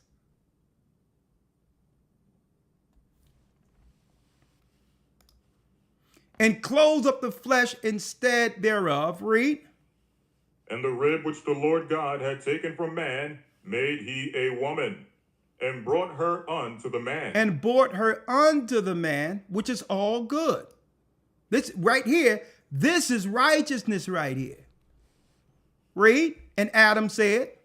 And Adam said, This is now bone of my bones and flesh of my flesh. She shall be called woman. He even named her. Not only did she come from him, how beautiful she was, he's seen her, he named her. Read.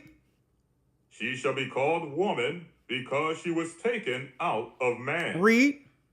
Therefore shall a man leave his father and his mother, and shall cleave unto his wife, and they shall be one flesh. Now, when you look up at the 18th verse, here is the main purpose for woman.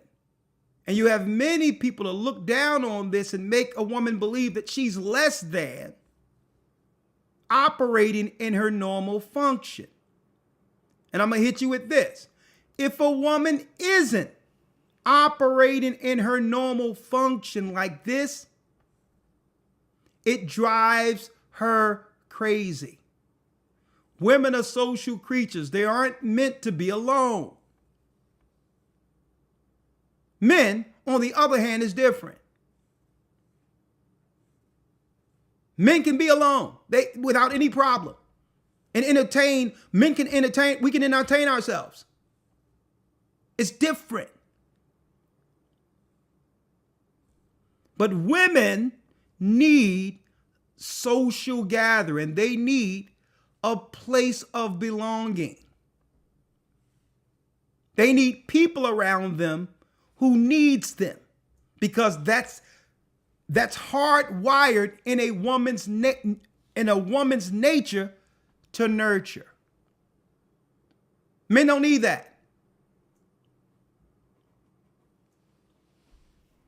18, read it. And the Lord God said, "It is not good that the man should be alone. I will make him an help meet for him." Make her a help meet for him. Right? So she's the gift to the man. An appreciation for the man. But her gift is to be the help meet, to help meet his trajectory, his plan for life, his vision, not the other way around. It never works if a man comes into a woman's vision. It never works. Number one, the respect factor will never be there. She can't respect a man who followed her. And she will always seek a man who can guide her because she's hardwired like that. That's what the Most High put in her from the beginning. So again, we're going to talk about this in a couple of weeks at the round table, but that's how a woman is hardwired. If a woman has to guide a man, then eventually she's going to lose disrespect for him. And this is why women have to be careful not to choose men you know that you have to lead.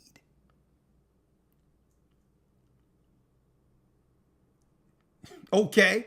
If you have to lead him, you know you're not going to respect him. One day you're going to be sitting there talking to a man in that relationship you're in, and you're going to be like, this man can teach me things. And he'll be a man from the outside of your relationship. This is what I always wanted, but because you didn't make the right choice and was patient and wasn't patient, you got yourself locked into a situation that you knew wasn't going to work. A woman must be able to learn from the man. And in kind, she teaches the children that program that's instilled in her through that man. Right? And the Lord said, it is not good that a man should be alone. I will make him and help me. Now, so her position to be made, the only thing that'll make this woman or have this woman at peace or at rest is to have a man she respects, to help meet his agenda. That takes away her angst. That takes away her insecurities because he has it. He got the plan. But Satan came in with a curveball to resist, to make her believe what the Most High instilled in her for happiness was less than. Satan put that in her mind that being a helpmeet isn't good enough. You should want more than caring for him. There's so much to life than you being up under him. Right? So Satan came and threw in a curveball. Genesis 3, read it. Genesis 3:1. And guess what? Let me put this out there too. And I thought about this. We can't be too quick just to call women Jezebels. I'm starting to see something. And guess what? It's honest. I'm starting to see a lot of these women who are regretting some of their choices. They're out there saying, I was raised to do this wrong. From the time I was a kid, my father and mother told me to do it this way. So it's in a child's nature to please and honor their parents. So when these girls are being driven to do that, we just can't outright just blame them for satisfying what their parents wanted out of them. So we have to be careful calling a woman Jezebel. It's not like she went to school to go against men. Mm-hmm. She was doing right by her parents. So we have to be careful with this. It was society who shaped it that way. Like we see how China came up with a plan and then it was executed within society. We have to be careful with that. Because the blaming and calling names and all of that makes people put up a guard and will never get to the bottom of the issue. Once a woman or a man understand that they were tricked or did it a certain type of way, then they'll recognize it within themselves and begin a trend the other way. No different than you can't get upset with me that when I was a kid, every Christmas my mom had pork chops, at the dinner for Christmas. I'm celebrating Christmas and I'm eating pork chops. Because this is what my family taught me to do. But once I learned the law and I can't do this, I put down Christmas. I put down the pork chops. So we have to give not just our brothers, our sisters that same leadway. We can't come down on them for what? Fulfilling the wishes of their parents, which was honorable. See?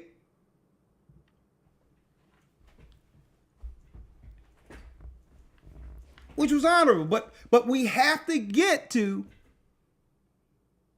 the engineering and what I would say the root of the engineering to change it. Because, folks, what they did to us as a people, listen to me clearly, folks, was more deadly than when they dropped the physical bomb on Hiroshima and Nagasaki. What they did through social engineering us apart had a greater long-term effect than because you can drop a bomb on someone. And guess what? The people who survive will still keep the traditions and value and honor that came through their forefathers. Right? So you can do all that, but still there's some honor intact someplace. But what they did to us to make man and woman mortal enemies and then teach a generation and normalize that amongst us is more dangerous than someone dropping a bomb on us. Because with social engineering, Esau can just sit back and allow his psychology to work while we destroy one another. Right? So we're breaking this down not to point fingers. That's why I started in China. So that man and woman can come on the right side of the Almighty while it's still time, because it's about to get deep. Now, I'm about to get into the third bubble, the debt thing, but I need to show this first before I open up the lines. Elder Lawyer, let's go to Genesis 3:1. Yes, sir. Genesis 3:1. Now the serpent was more subtle than any beast of the field which the Lord God had made. Yes. And he said unto the woman, Yea, Have God said, "Ye shall not eat of every fruit of the tree of the garden"? Come on. And the woman said unto the serpent, We may eat of the fruit of the trees of the garden, but of the fruit of the tree which is in the midst of the garden, God hath said, Ye shall not eat of it, neither shall ye touch it, lest ye die. Lest you die. So she's repeating what a man said. Right? Right? Now read the 4th verse. And the serpent said unto the woman, Ye shall not surely die, for God doth know that in the day ye eat thereof, then your eyes shall be opened, and ye shall be as gods, knowing good and evil. You're not going to surely die. I'm going to show you something that's well beyond the education of Adam. See? Why don't you sit back and wait for him when I can show you everything? So by giving her the knowledge, guess what? She becomes equal and almost in what? The position of a man. And after this ensued the first disagreement, the first arguments. Now check out how the serpent worked.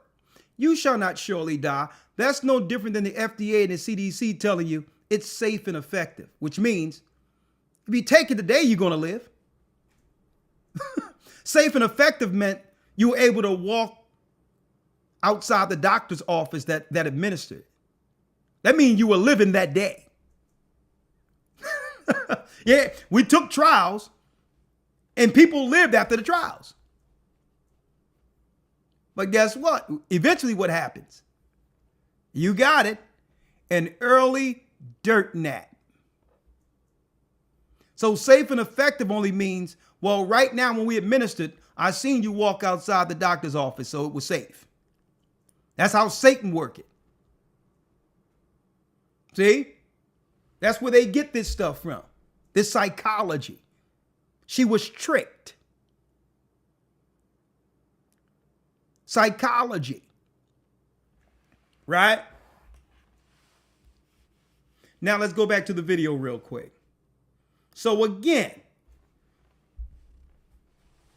what makes women happy, I mean real happiness, is family and socializing. And nurturing. So everything we see going on in America was tested right after the civil rights movement amongst the Chinese. We are living out now a social engineered plan that's being executed in the United States now, where eventually it's the end of a nation, because a nation comes through a man and woman together bringing forth a name. Fair use. Created new freedoms for women, but hasn't erased old expectations. Women can now pursue education, careers, and independence like never before. But the marriage market is still operating on traditional rules. The clash between old and new values has created a whole generation of women stuck in the middle, successful on paper, but judged as failures in love. And in that clash, you see the future of China's social fabric, a society caught between progress and tradition, between modern choices and ancient pressures. So what does this mean for you as a foreigner? First, it's a reminder that dating in China is layered with cultural dynamics you might not see on the surface. If you meet a woman in her late 20s or early 30s, she may already be carrying enormous family pressure. Second, it's a lesson in empathy. Labels like leftover sound harsh, but they're real. They shape how women are seen and how they see themselves. If you understand that, you're already ahead of most foreigners who step into China clueless. And finally, it's a chance to appreciate just how different the dating landscape is from the West. In your country, being single at 30 might be normal. In China, it can feel like a scarlet letter. That cultural gap is exactly why this topic matters. So here's my question to you. If you were in the shoes of these women, would you push back against tradition, or would you give in to family pressure? Drop your thoughts in the comments. I'll be reading them all. And if you found this eye-opening, hit subscribe. See, he called it family pressure. See, you have to watch their words. Not family pressure. It's called being honorable. Honoring thy father and mother's wishes. See? So when they was able to execute this amongst China, sacrificing their own women, they were these what? These of serious social academia started studying this in order to break up the families. To use disagreements at a point of total division, financing one side against the other so that the relationships become irreparable. That's how you destroy a nation. And at the same time they're working, Elder Lawyer, these social constructs, they're bringing in people from other countries and families who have what? A family model intact going back many generations to come in to replace our people who can no longer stand one another. And I'm speaking of men and women. This is how you slowly but surely cause a nation to go extinct.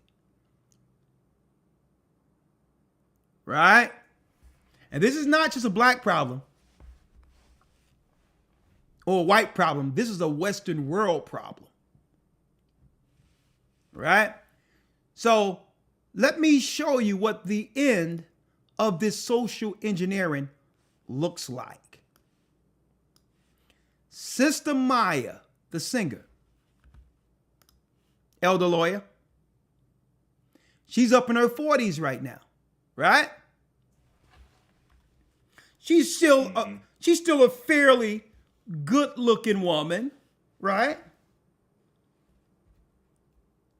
But she thinks in her mind that she holds the same virtue and attraction from a man that she once garnered at a younger age. And because she's been living in an echo chamber, listening to the wrong people, she actually believed the lies she have told herself. When really, I'm gonna be honest, this young lady should be listening to men.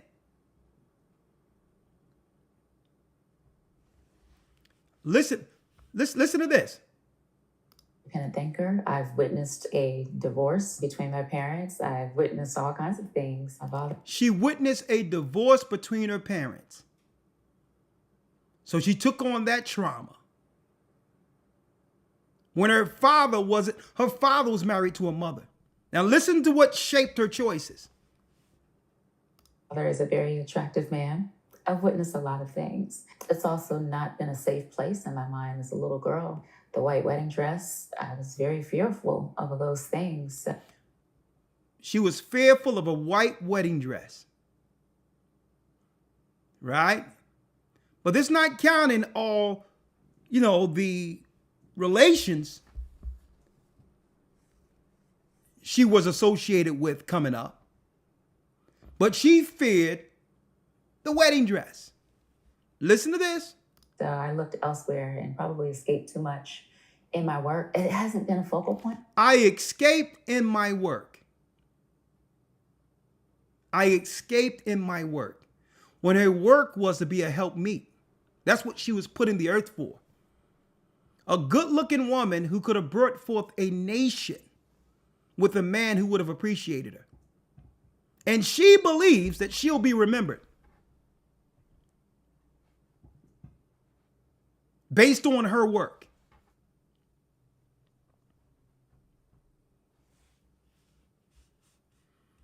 Even Beyonce, with all her talent, and guess what? Maya was a great talent.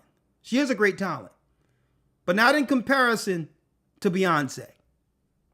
And Beyonce even knew better. for me.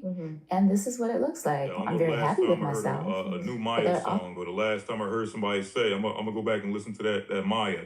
Say that again, Back lawyer. in like that. I don't know the last time I heard a new Maya song, or the last time I heard somebody say, I'm gonna go back and listen to that old Maya track from the late 90s, early 2000s. Not one person I know have Maya on a playlist. All due respect. Now, if you're gonna do the sweet marmalade thing, we have to go back to Patty, who came out with that one, right? The Right. itchy kitty I, and that's talking about hitting the stroll, dancing like exchange for money. Sweet lady marmalade, right? But in her mind, she'd convinced herself that it was all about her work and never desired to have children. And you know what? This is sad. She even realized she's a part of a project. She's been socially engineered to believe this. But once times start hitting her, that's when reality is going to settle in. Because when you get to a certain age, stuff switch up.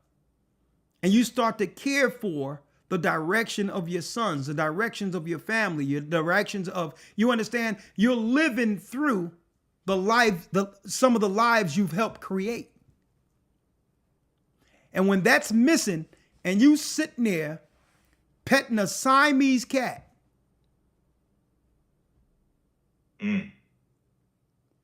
then guess what? Reality settle in.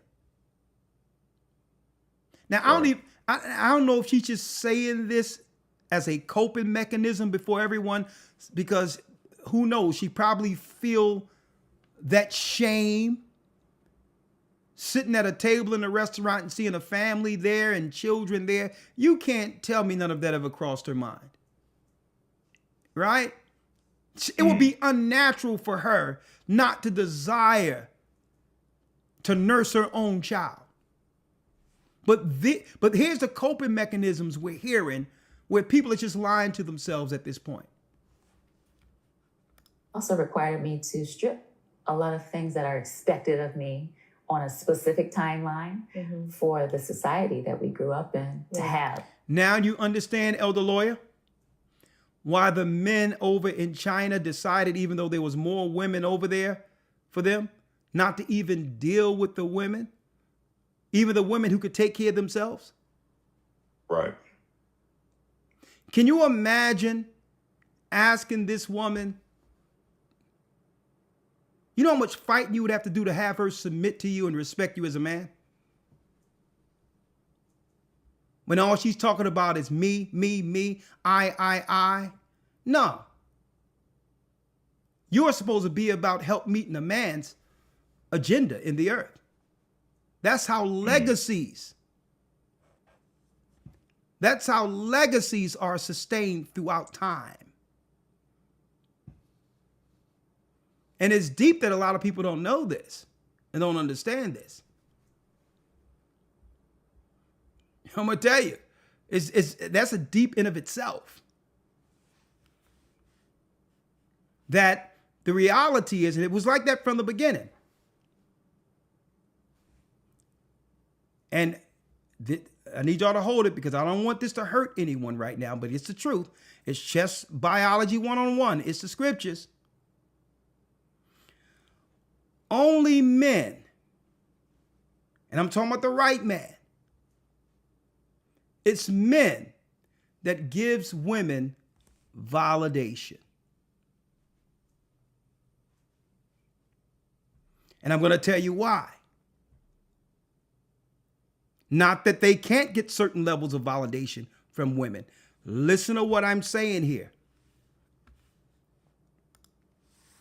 The reason why a man's validation is so important for a woman is because usually, men will tell the truth.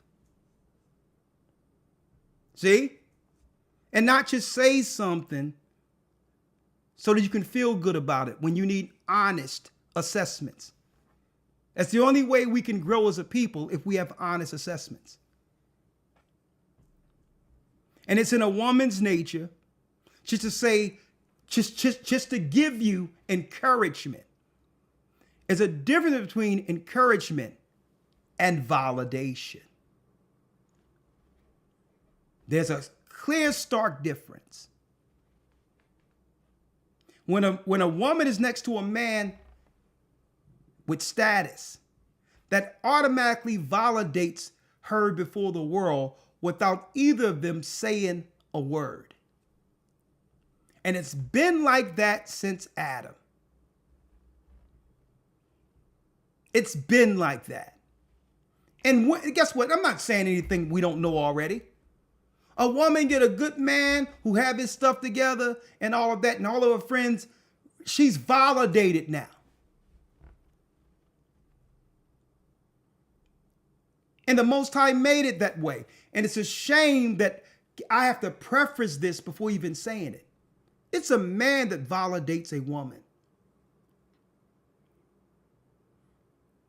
And there's nothing wrong with that, because where she's fallen short at, now she has what? She has goals to achieve, to be accepted under his validation.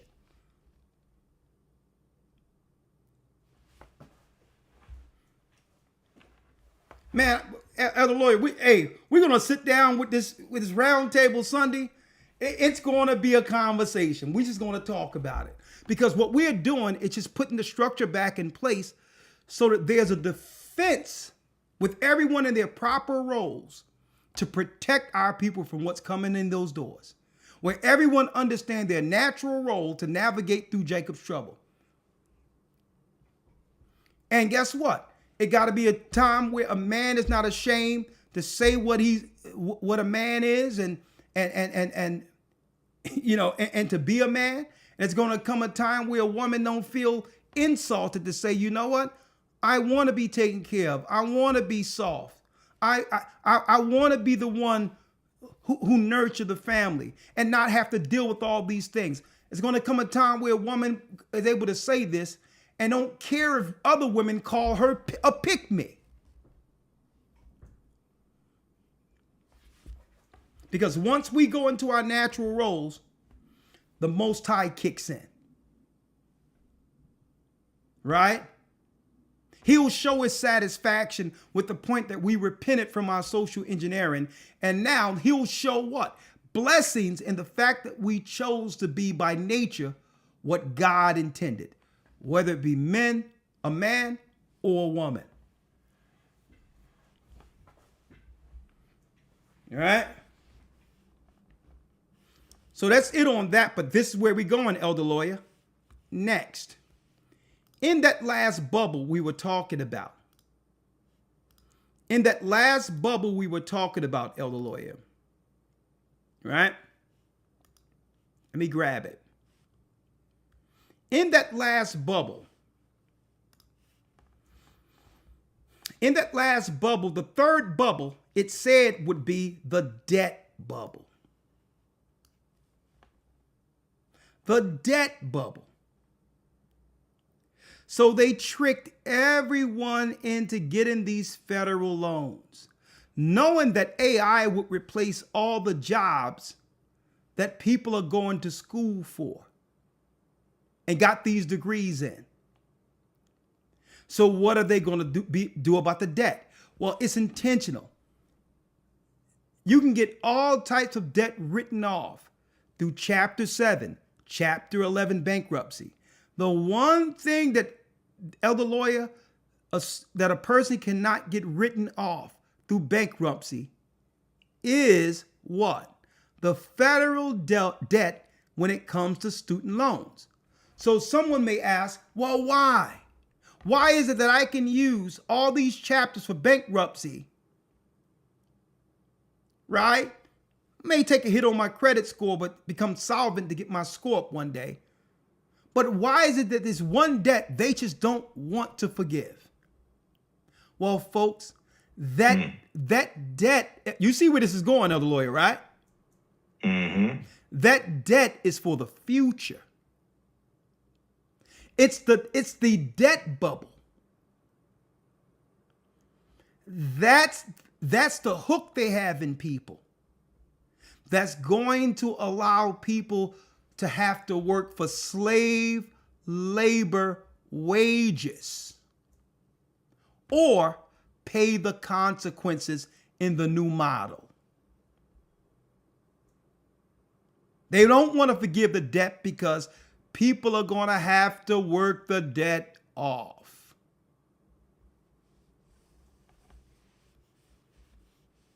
That's the model that they're going to do under Donald Trump. Later in his administration, they're going to roll this out. Here's the student debt loan statistics. As of August 8th, 2025. Listen to this, elder lawyer. The outstanding federal student loan balance is 161 trillion with a T. Listen to this. Student loan debt in the United States is 1.8 trillion with a T. Almost 2 trillion. Annual growth resumed in 2024 following a year-over-year decline in 2025. The outstanding federal student loan balance is 1.661 trillion. 42 million student borrowers have federal loan debt. Federal student loan debt represents 91.6% of all student loan debt. Of a student loan debt is private, including 30.7 billion in refinance loans. Folks, this is a government business. The schools they are fronts for a government debt slave system. And they'll have you believe that whatever you're going to school for, there'll be some job down the line that can pay it off. Or at one time, you had a lot of women thinking, a lot of women go to school and outpace men in school, and that's all races of women. All races of women outnumber the number of men that goes to school. And some women in the back of their mind are thinking, well, it's okay because eventually, look where I'm going, elder, eventually I'll have a husband who's going to help me pay it off. If not, pay it off altogether. You have women who think in the back of their mind that they'll find a provider male that'll take care of their debt later. When it doesn't work that way. Because women at that young age believe what they have at that age when they go to school. That's what they're thinking of what they'll present in that's what they think at that present time, that they'll be presenting a man later. But it's not. We know what happens in those colleges. We know what happens at those parties. We know what happens when you're finally out of your mama's house and it's time for you to what? Have time for yourself. Live your best life. See? And by the time you're out of school, you're not the same young woman with virtue that means more to a man and your strongest fertility, time of your fertility. You're not that once you're out of school into your 30s with a degree. High expectations past the age of your high fertility. And that's what the men in China said no to. Let me play it one more time, elder lawyer. So if that's the case, who's going to pay the debt?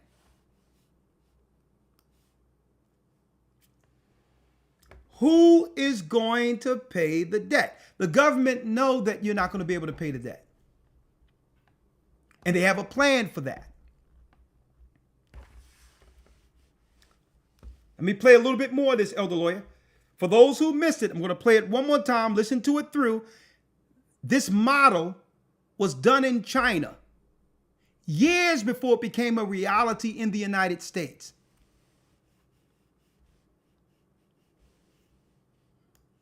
Right?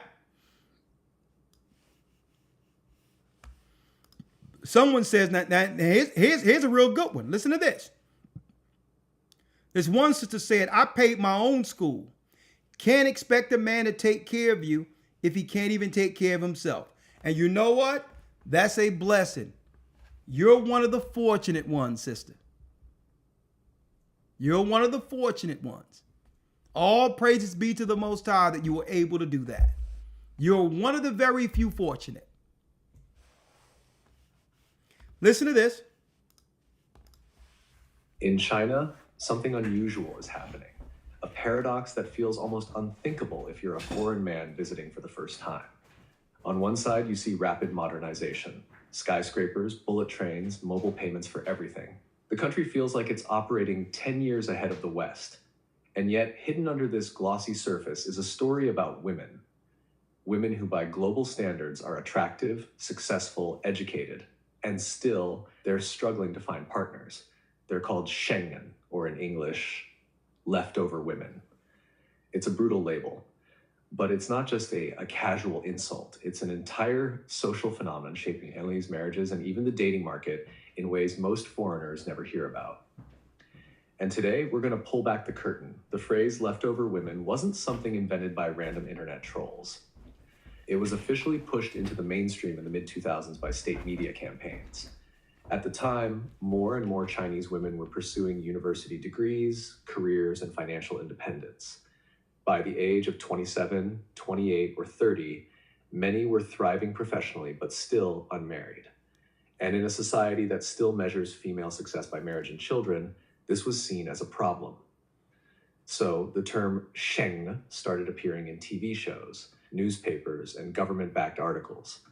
It painted a picture of women who waited too long and were now facing rejection in the marriage market. The cultural undertone was clear. Don't waste your best years chasing education or careers, marry early, or risk being left behind. For many Chinese women, the biggest pressure doesn't even come from men. It comes from their own families. Parents, aunts, uncles, grandparents, every holiday gathering can feel like an interrogation.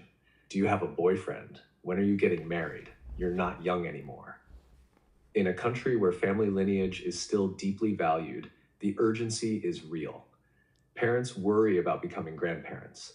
They worry about losing face if their daughter is still single after 30. Some even take extreme measures, like going to marriage markets in public parks, where parents gather with paper resumes of their children, advertising them to strangers like job candidates.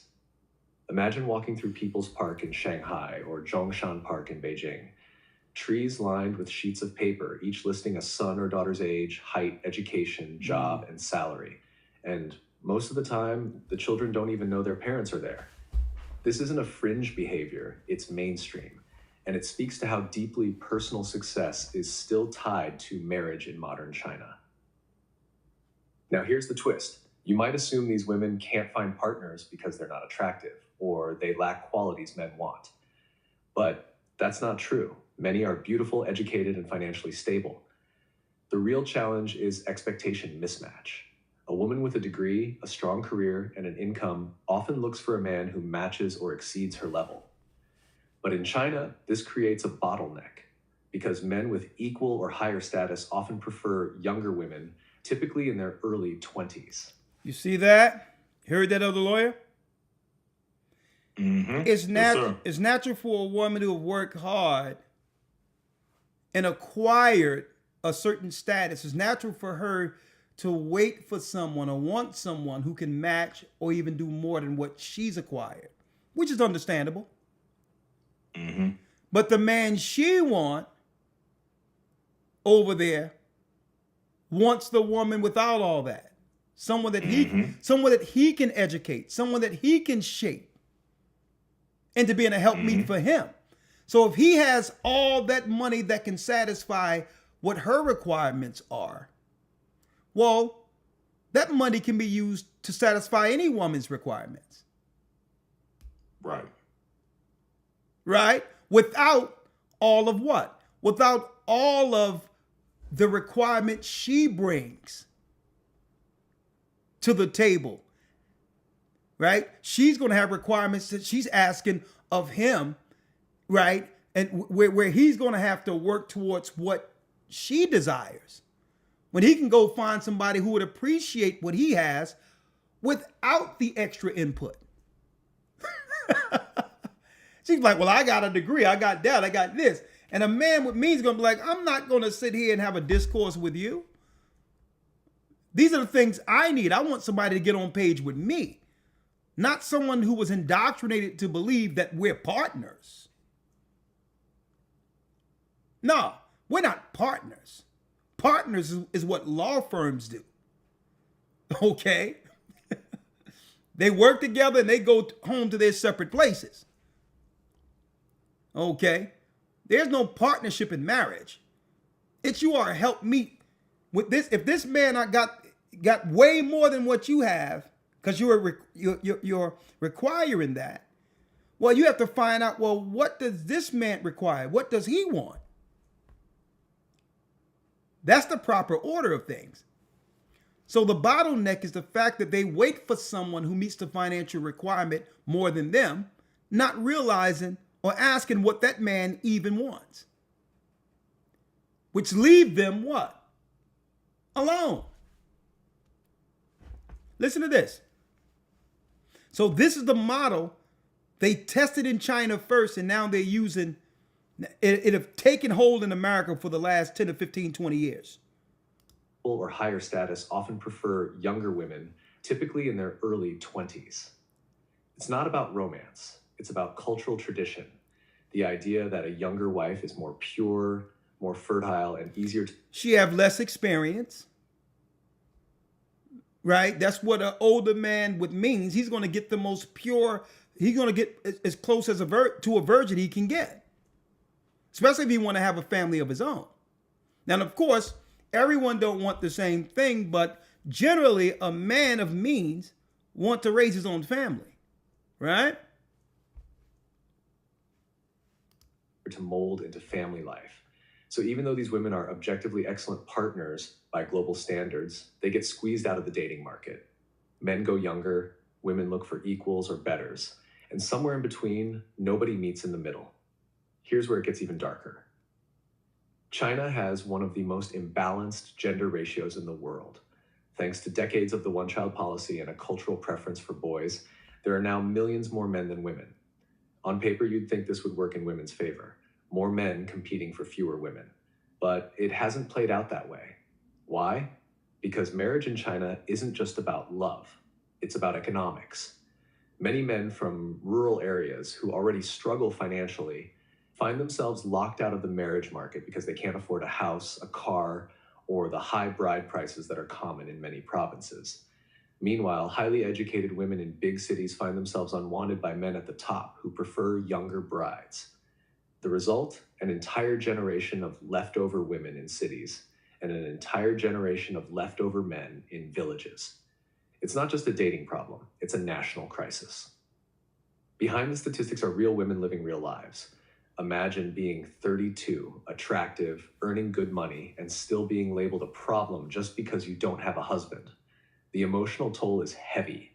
Anxiety, self-doubt, even resentment toward a system that feels rigged against them. Some women choose to push back, proudly embracing single life, traveling, and focusing on themselves. But many still feel trapped between personal freedom and social judgment. And this is where foreign men sometimes step into the picture. Because a foreigner usually doesn't carry the same cultural baggage. He's less concerned about her age, less focused on whether she owns a house or if her prime years have passed. For some leftover women, dating a foreigner feels like an escape from a suffocating system. But let's be clear, that doesn't mean every leftover woman wants a foreign boyfriend. Many don't. Yet the attraction is understandable. This phenomenon isn't just about dating. It's about how China's modernization has created new freedoms for women, but hasn't erased old expectations. Now that's deep because the statistics in our country, elder lawyer, which is deep, is that I'm talking about of marriageable age. There's 2 million more women outnumber all men, regardless of ethnicity or race, right? Women just outnumber men. In the United States, there's 2 million more of marriageable age black women in comparison to the black men who are free to be married. 2 million more outnumbered. And then there's a thing of, right, when it comes to the expectations that, of what the expectations of a woman want when it comes to, okay, I'll only marry a man if he's this, this, this, and this with the expectations. And how many men, already outnumbering men, how many men actually fit those requirements? Which is leaving everyone really at a stalemate at the same time. Now check out this, elder, how it comes around full circle. And then I'll open it up if you have to say anything, because there's one thing I wanted to bring forth. I need you to get with in the prophets where it says the women rule over us, right? Where it says the children. Yes, yeah. Where it tell you that a new thing has happened in the earth. Check out how they've brought this thing around full circle. And the Democrats and the Republicans are responsible. Right? They both knew that they were socially engineering Judah, our people in America, apart, where it would make men and women coming together in a community almost impossible. Using the courts, using the internet, using certain talking points that'll keep either side fighting against one another. But they both were working together. Listen to this. Because check this out. Donald Trump ran on bringing jobs back to America, right? And this is where the joke is on the majority of people who've been educated in the United States. He's been talking about for a long time, bringing jobs back to America. Bringing jobs back to America. You've heard this first, folks. Listen to this on this so-called November 12th night, this Wednesday, 2025. But he's not telling you what model of the workforce he's bringing back to America. The model is the China model, where people are working for almost nothing in sweatshops. Well, guess what? They're going to build these all around in these same areas where these inner cities are. And guess what? The people who own debt will work for those same corporations. But instead now, those particular products will become what? Affordable, because they're being made not offshore in China. They're being made in America. Guess who's doing all the work? The debt slaves. So yeah, he's bringing the jobs back to America, but he's not telling you the model of employment. The immigrants are already used to working in sweatshops. That's going to be the new model for the workforce that's left for those who would labor under debt. They test the whole thing out in China, where guess what? That's why he's doing these tariffs and all this and doing a financial war against China, because eventually they're seeking to cut China off all the way and do the slave labor here in the United States before it all goes down. See? That's the model. But they had to build up decades of federal debt Now, here's the bait and switch. They started off with the housing, the Section 8s, the EBT, and saying that people have to work for that. They already seeded that in people's mind that you're going to have to work for what you're getting. But it's not about the EBT. That's going to be the model for the whole workforce of debtors. That's a businessman. And why pay for products offshore that you have to pay more based on the fact that it's imported? If you can get the same products made in the old USA for the same amount of money you're paying laborers in China.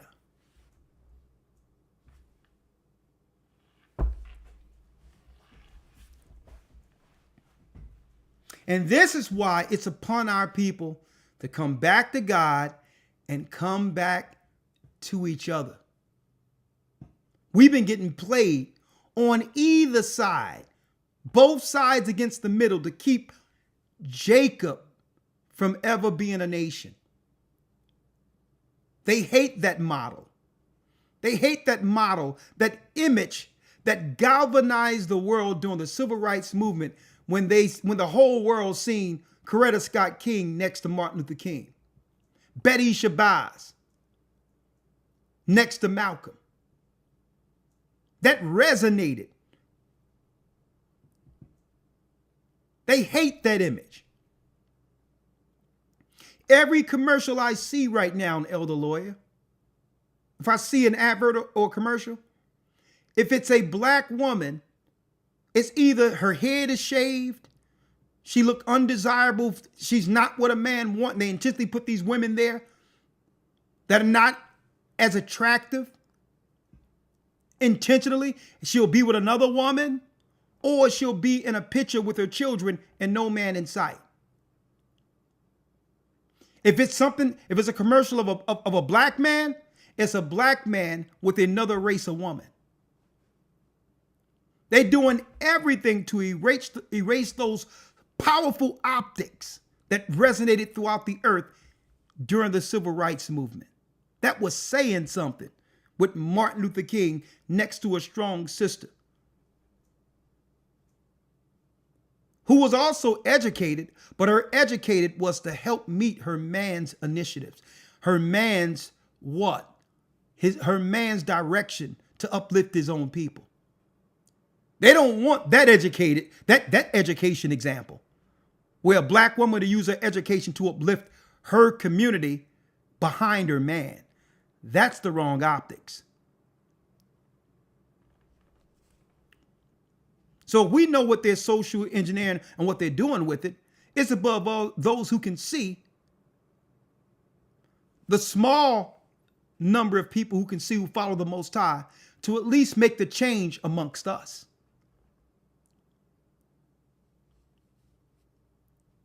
Because there is no saving this nation. There's no saving America.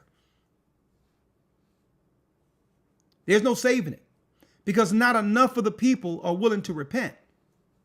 I mean, we can't do the least things, the least requirements. The least requirement is that we can at least operate in the order or the nature we were born under.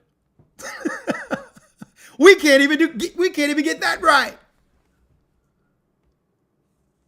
We're fighting against our own nature.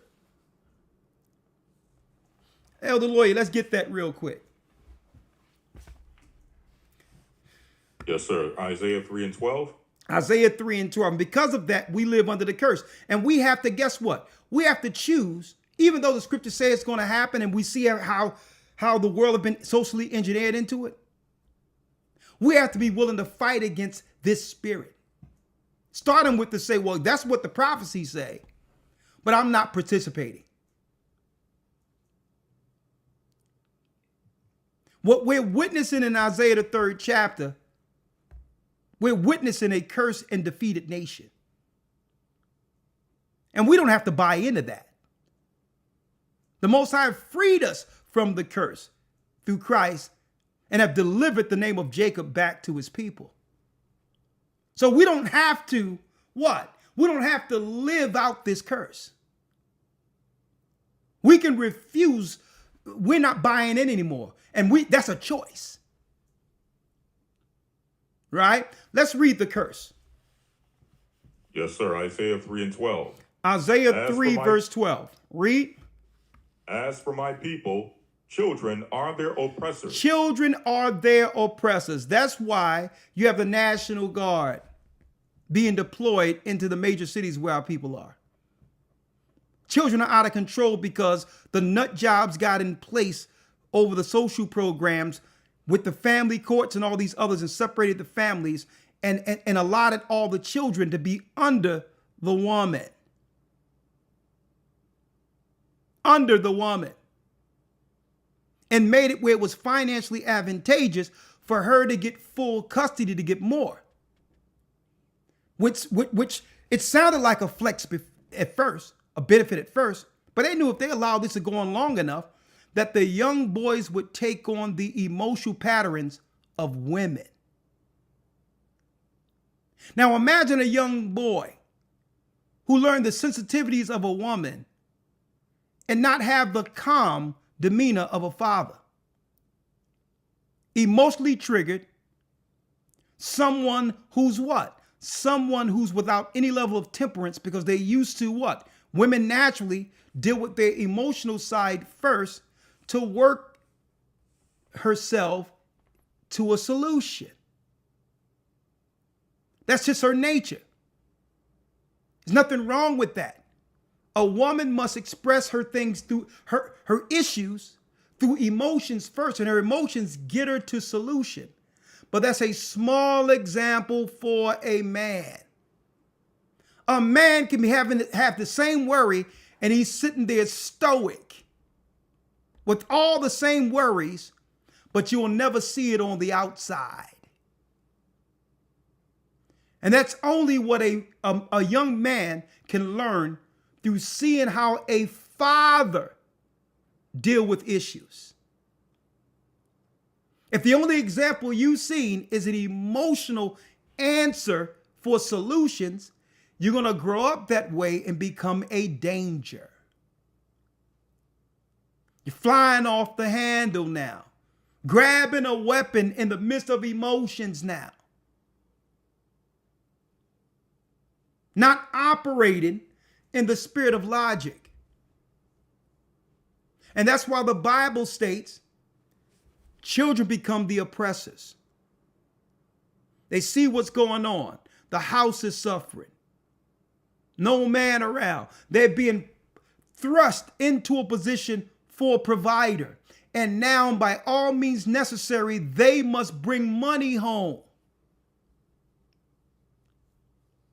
The only way they know how. That's the curse.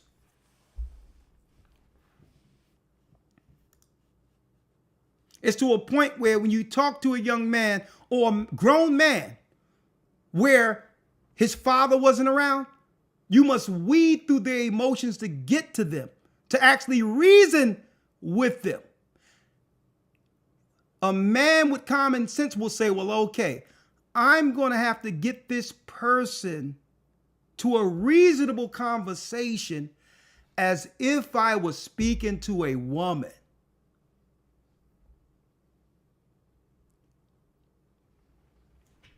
I have to let this person get all of the emotions out first, like a woman, because sometimes a woman just wants to get out what she's thinking without any rhyme or reason.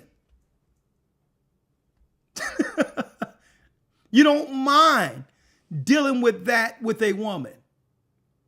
Because the Bible says what? Give honor to her as the weaker vessel. So you don't mind. Sometimes she have a lot of stuff that you want to talk about that she didn't say yet. It have nothing to do with solving it. She just want to talk to you about it. But men aren't supposed to have conversations like that with men. Men are direct. A man should be able to tell me straight out in a few words what his concerns are. Okay? If he's trying to strike an argument to talk about something he felt wrong about 3 years ago, that's a woman. That's a woman. That's a man who's been raised not to understand how to deal with conflict resolution from a male's standpoint.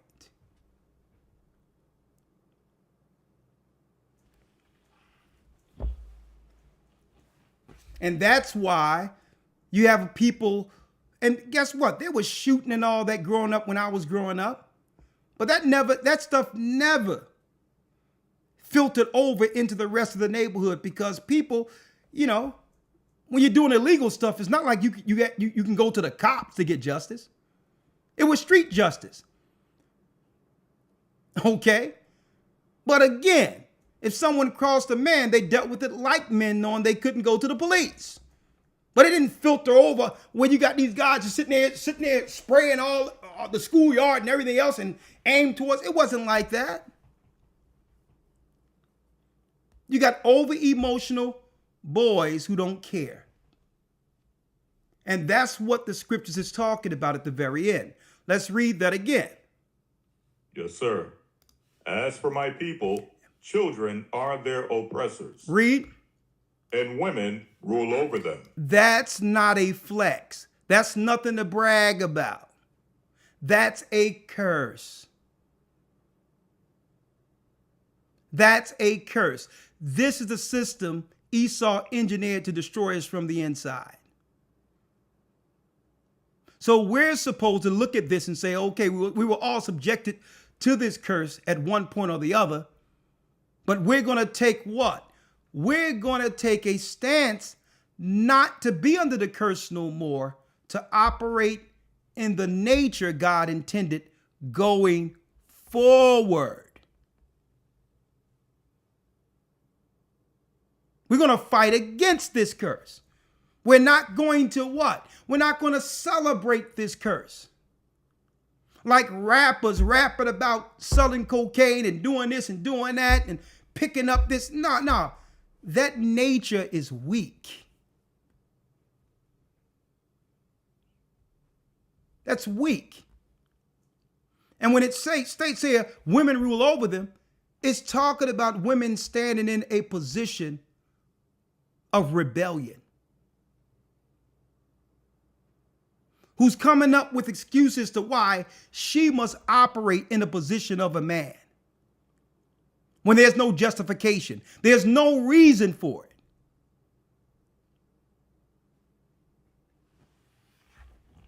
Okay? What do I mean there's no reason for it? Well, when I grew up, there were women who didn't have husbands, some of them, but they were still operating in their femininity.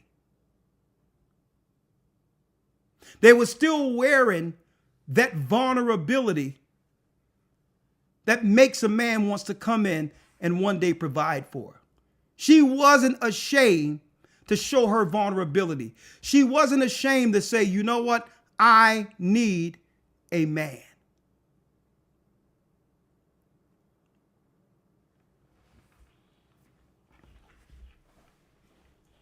See? So this is the curse when we begin to live in these satanic broken rules, which are curses. As for my people, children are their oppressors. And we just explained why. And as long as we're willing to feed into the cycle, Esau is going to set up nut jobs from the LGBTQ over our communities to continue these systems and to continue this in place. Because they're used to operating out of nature. They're going to socially engineer that in our communities, where a woman a woman will feel less than if she's not operating in the spirit of a man, and vice versa. When you get backwards people educating the people, they're going to promote the backwardness.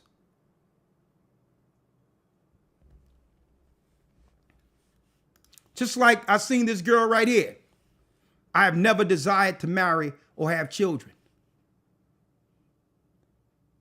Only people I've seen speak like that are bachelors. A woman ain't supposed to be celebrating not having children when she was able to. That is not a flex. Okay, that is not a flex.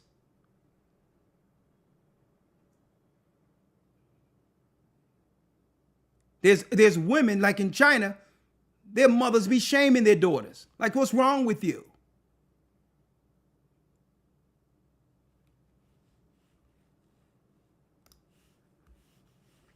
Let's finish it out. And as for my people, children of their oppressors, and women rule over them. O my people. O my people, they which lead thee cause thee to err, and destroy the way of thy path. And they which lead thee cause thee to err and destroy the way of thy paths, because the churches are promoting this foolishness instead of correcting it from the pulpit. The Christian churches are actually promoting this madness. Everything you see in the community, the degradation, the destruction, all of that is a direct result of the religious institutions that are over the community.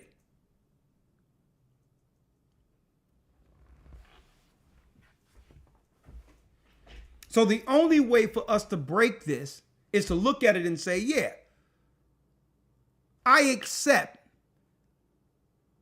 that this is a curse that was placed on us according to our God, being that we're the people. I accept that. Now, with the knowledge of me being Israel, following the law, we're the ones who have found this truth during the awakening, who will break the curse, starting with our own actions. Not talking about, well, this is what happened yesterday. Or I'm going to accept what it is because this is the society I've been born into. No. What we do is, okay, if we contributed to the nonsense, then now we should have enough understanding according to the Almighty to start what? Going the other way. Set a foundation according to God and stick in it. Stick with it. Like, okay, here's the nature of a man according to God, and this is what a woman is supposed to be according to God. So regardless of my programming and what I've been through, regardless of what happened with my mother or father or in my community, guess what? I have control over my temple. And I can decide to operate in the nature God intended. Anything you have to say, Elder Lawyer? No, sir. No, sir. All right. What say you? Let's come on in. There's more I wanted to talk about. I wanted to go into it, but I'm going to talk about that this coming Friday. The Asians in the spirit of Sodom and Gomorrah. Folks, the whole thing when it comes to scamming is show East Indians and other nations that are used to scamming that we've been overlooking. And it's in the book of Jasher. These scammers who come over here and put all that negative stigma on our people. We're going to be identifying one clear indicator when it comes to the Babylonian way is when we're witnessing the spirit of scamming. That's Babylonian. And I'm going to talk, Asians are involved in all of this too. And I'm going to be talking about that this coming Friday on Patreon. All right? On Patreon. I was about to go into the history of debt prisons because that's where it's going. But I'm out of time. They're bringing the low wage workshops from China. They're going to break all that off and have them in the United States. And those with the degrees who own the debt is going to have to commit some time to making the products instead of it being what? Imported from China. That's the business model they didn't tell you about. That's why the immigrants are here And that's why they will not forgive the debt in the United States. People are going to have to work it off. Boom. What say you? What say you? And again, when they set up the 15-minute cities, they're going to make it where you can operate with it with a bracelet on or something. But you have to stay within the parameter of the 15-minute city while working. Right? That's where it's going. Right? 455-888-2759 for those who would like to text in. The phone number is there. All right, 445-888. 888. That number isn't right. It's 888-2759. So let me see. That's the wrong one. Right there. 445-888-2759. You can text and I'll respond back to your text. And or if you would like to, you can zoom in. If you zoom in, you're going to have your camera. You don't have to be on video, but you're going to have to come in so I can see you, because usually when someone is showing their face, it minimizes the trolling. Even if you disagree with doctrine or whatever the case is, I'm willing to entertain that if you're willing to be respectful, okay? All right. There it is. For those who would like to come in through Zoom, when it's too late to save a nation, and it is too late, America is toast. All right? We just have to do what? Repent, follow the Most High, get on code with one another, which means what? Following the laws, statutes, and commandments written within Scripture.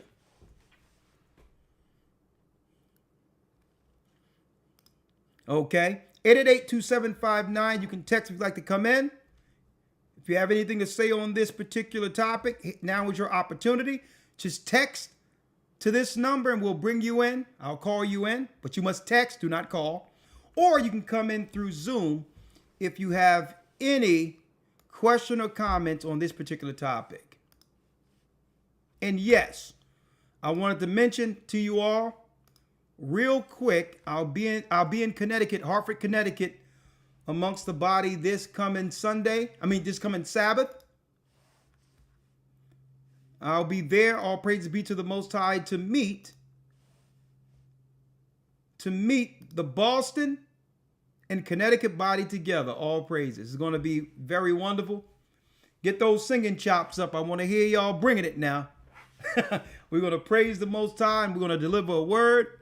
And I can't wait to see Bishop Ganon and all the brothers over there who's doing some great work, and to break bread and congregate with my family over there. All praises, right? Also want to say, watch out. Speaking of scammers, watch out, because we do not have a GOCC I Am Royal Academy. We do not have a Facebook page. Some scammer 2 days ago set up an I Am Royal Academy. We do have a school, but someone did this to try to siphon money out of people using our church. All right? So watch out. It may be an East Indian. It could be a scamming. Some of these Nigerians be coming up with some of this stuff. No way. All right?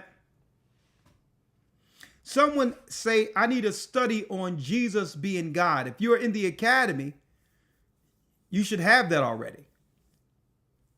Christ was and is a part of the Godhead. Godhead is Allahayim, Father, Holy Spirit, Son. We teach that in the first week of the academy. So when it says he's God, he's not the Father. He was one of the three from the beginning. Before what? Before the heaven and earth was created. Right? So Christians get it confused when they see that Christ did the creation, but the Most High God gave Christ the blueprint. Okay, from the beginning, in the beginning.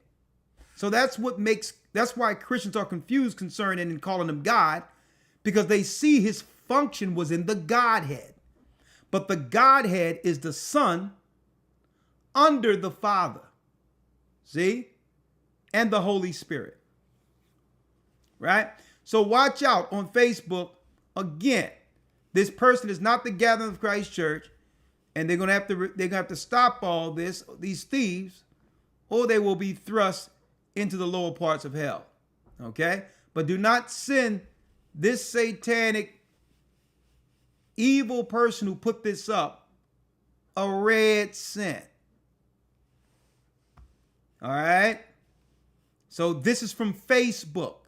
Someone put up our name, use I Am Royal, the school we have for our children, to try to grift off a little cash from people. All right?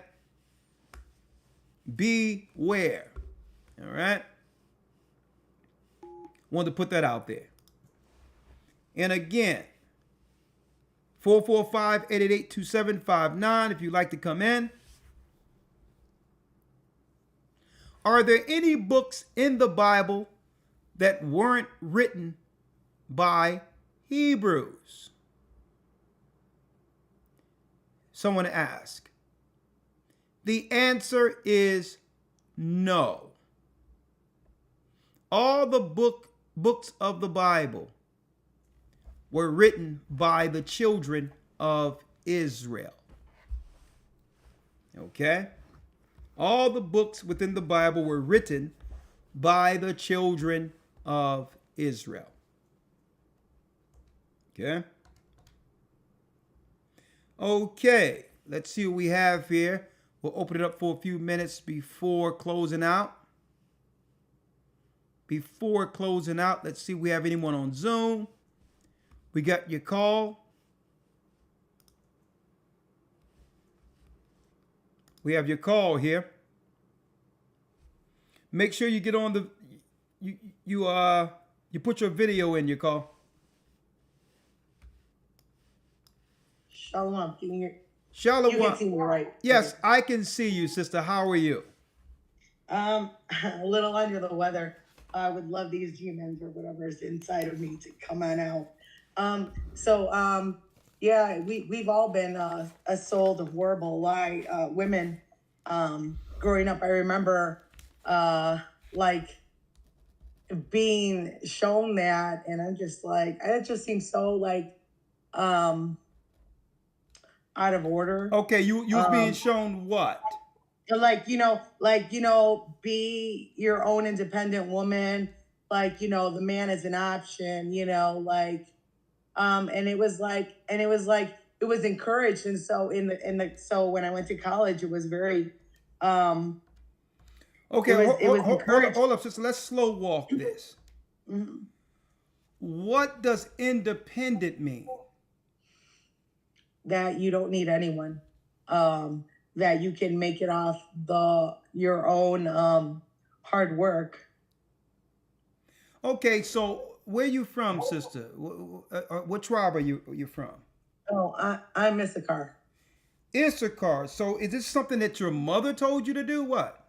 No. Just because I grew up in a very privileged area. So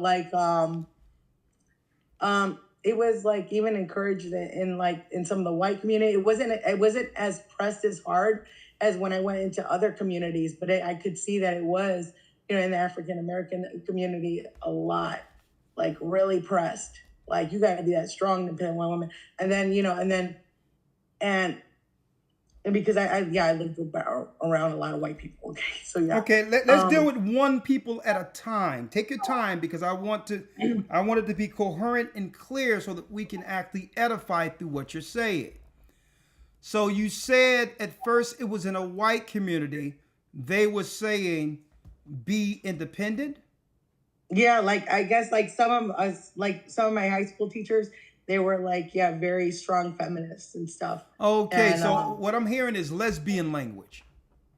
Yeah. Yeah. Now I did go to college, but I didn't go to college actually. I actually went to college young. Well, let's talk Try to about. find Let's someone talk. smarter than Okay, me. sister, you still running all over the place. Let's stick with one place Okay, at a fine. time. Your school. Okay. So you had some lesbians with lesbian language telling you to be independent. What's the benefit of you being independent? Because suppose a man tell a woman, would that sound normal to you if a man says, I'm independent? Any man ever told you that he's an independent man? No, I can't. I know exactly. No, it'd be like, good listen, for you, buddy. I'm saying, but doesn't that sound crazy? It does. See, here's a deep thing about the independent woman, right? Even in the world, they are having relations with men. Is that independent? No. Independent means, Obviously, you need someone for that. listen, independent means you're rocking out by yourself on everything going forward. See, but when men hear independent, I'm independent, you know what men hear? I don't have to listen to you. So they're redefining a word. Independent, because they don't exercise the independence they claim they have. Right? A woman always says, listen, if you're going to be with me, you're going to have to provide. You're going to have to do this. You're going to have to do that. Oh, I thought you wanted to be independent. If you're independent, that means you're independent from my wallet too. Right? So really, what they're saying is, I'm going to do what I want to do. And I refuse to submit to a man. Right? Pretty much. Pretty much. But if they said that, then guess what? They wouldn't get the outcomes, right? They wouldn't get the outcomes that they're getting using this independence vague word. So you had your teachers who was probably lesbians. That's lesbian language. These are women who don't have anybody, who want other people alone like them. It's not like they chose to be independent. They're unbearable.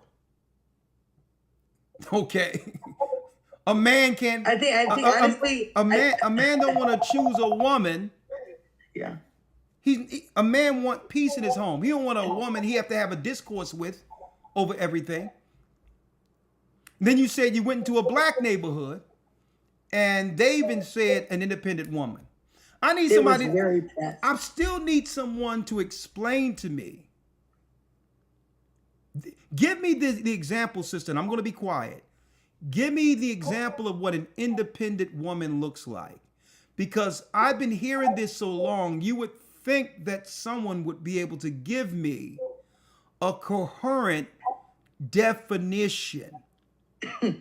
Like, point out an independent woman for me. Okay, so my best friend, she's a Judite. And when when we were going to college, you know, she dated a lot of nice guys, a lot of good guys with potential that actually cared about her. But, you know, they didn't have whatever the exact bank account number. And she would just pass them by. And I was like, why? Why are you like passing them by? Like, why not? Like, he's sincere and everything, you know, why not settle down with him? And she's like, no, like her idol was like Oprah, you know, like I want to be like Oprah. Okay, okay, that's very unattainable. Okay, You know, but you know, okay, so first you level, you know, so you can't give me just an outright example of what an independent no, woman I mean, looks no, like. because because my friend was like that, you know, I mean, she's still, well, yeah, now that she's older, she, you know, she was one of the leftover women. She finally got married actually when she was 50. Yeah, but I'm Her first for the marriage. life of me, I wish I can speak to Yeah. a woman who can just say, this is what an independent woman looks like. Is there, like, can you do that?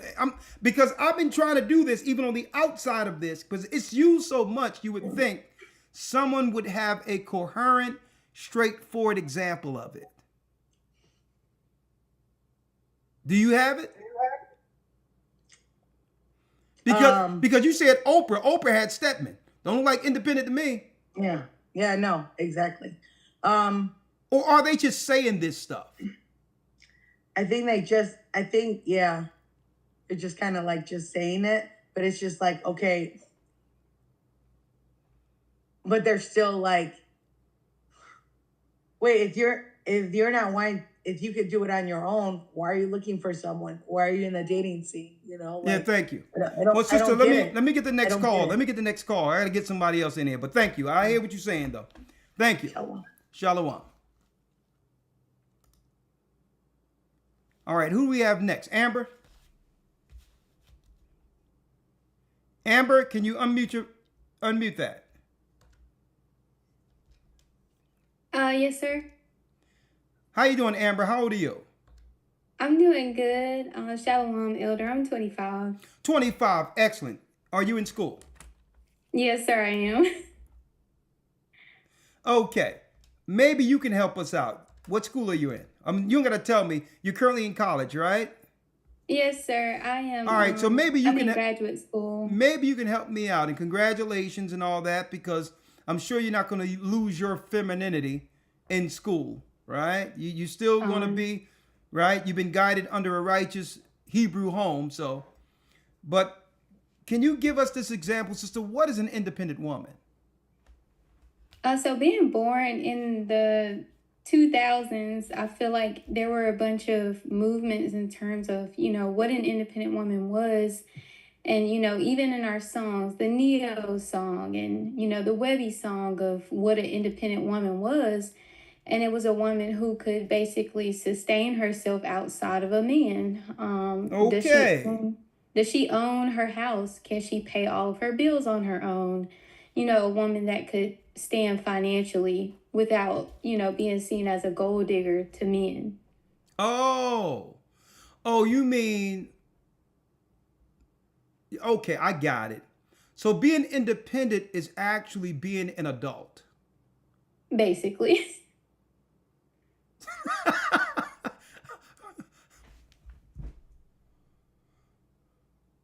Okay, just opposed to what?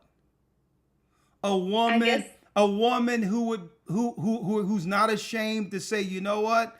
I'm gonna be a helpmeet to a man, and I don't mind if I don't have much if my man can provide for me. Right. Is there something wrong with that type of woman? I don't think there is, Elder. I just feel like in the 2000s, there was a big push of that's what mainstream media made it seem like men wanted. If we could go based off the songs and the artists and the celebrities, Okay. they wanted a woman who was independent, had her own thing, so that both parties could be successful. Okay. Have you ever seen a man who said he wanted an independent woman? No, not really. Not to the level of being like No, more sister. successful or No. self-sustaining. Yeah, no. A man never said he wanted an independent woman. Yeah. That's conversation women have amongst each other to make women believe that's what men want. When we hear independent woman, a man hears a headache because it doesn't make any sense. Right? Independent means by yourself. Like words mean something. That means, okay, you don't need me. You don't need my wallet. You don't need my companionship. That's what men are hearing. And you know what? A lot of men now are taking women up on it now.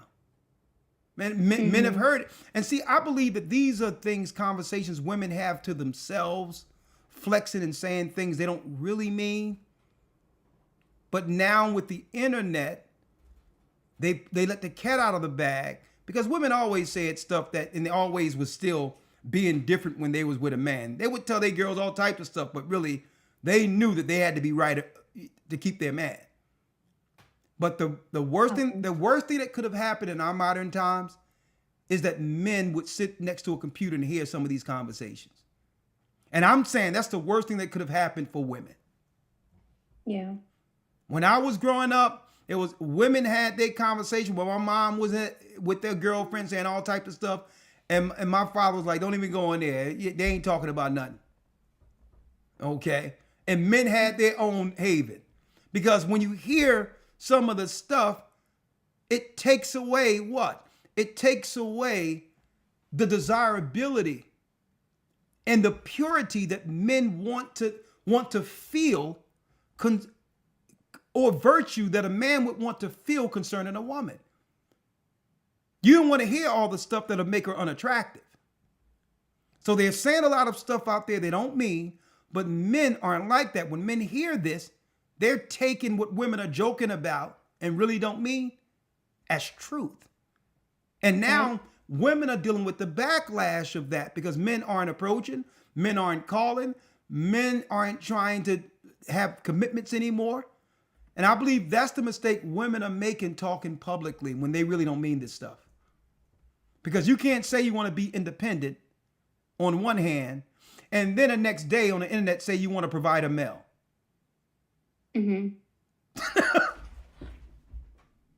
Yeah. Right? And you know what the other sister was bringing out, I can recall my great auntie. She's happily married for years with 12 kids, and even to this day I can call her and she will tell me to stay in school, keep going, don't let no knucklehead person mess it up for me, you know, and that's what they've instilled in me in terms of my family, of staying in school, being successful to make this life. But I also know when I get older, they're going to ask me, you know, oh, when are you having a husband and when are you having kids? But it's like, well, you told me to stay in school. Well, see, I don't understand how it's either or. Coretta Scott King went to school. Right. I don't know how in our minds, because I'm looking at other race of people too.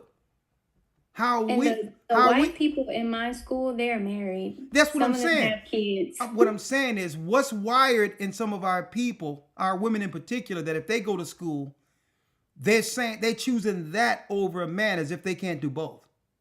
Right. See, but what aren't they saying? What aren't they saying is it's really not about I have to do this over that. It's what I want to do while I'm in school. That's what it's about. But they don't want to just say that. This is my time and I'm going to do a lot of things in school. See, I went to school. I know what the choices are. It's not like they're being single and just going to school and choosing education over not having a man. Because they definitely getting it in these schools. Right? I think that I don't understand how, you know, the older generation who's happily married for decades tells the younger generation of women to, you know, pursue education, wait to have kids, wait to get married, you know, all of these things. Here's a problem. Here's a problem, sister. The problem is you have other people, other women making women feel as if they're failures. If they don't have an education, and if they choose a man over their education, that's not a man thing happening. It's other women shaming other women, right, for choosing a man and being called a pick-me. If you decide, you know what, I don't need this stuff. I can get a man who can take care of me. They'll see you as a failure. So this is a woman thing. Another thing, I hear a lot of people talking about this. A man, and we're going to talk about this in 2 weeks too, Elder. They're talking about a man shouldn't want to go 50-50. I'm like, what? All throughout my upbringing, any families that were together pulled their money and took care of the bills. That's what poor people do. That's what anybody does. That's 50-50. There's no such thing as if a man brings some money to the table, you keep your money to do what you want, and he have to pay all the major bills. That's utterly ridiculous. As if we wasn't picking cotton together. That's 50-50. We were always working together. So these unrealistic expectations that really isn't observable reality is why no relationships are unattainable. Because these expectations are from la la land. It's in somebody's mind. So I don't have a physical daughter, right? But that came out of me, but whatever the case is. But I wish if I had a daughter, she'd tell me, I'm not going to get a man if I got to pay 50-50. I would look at her like, what's wrong with you? Would you rather pay 100% of your bills or have half of your bills paid?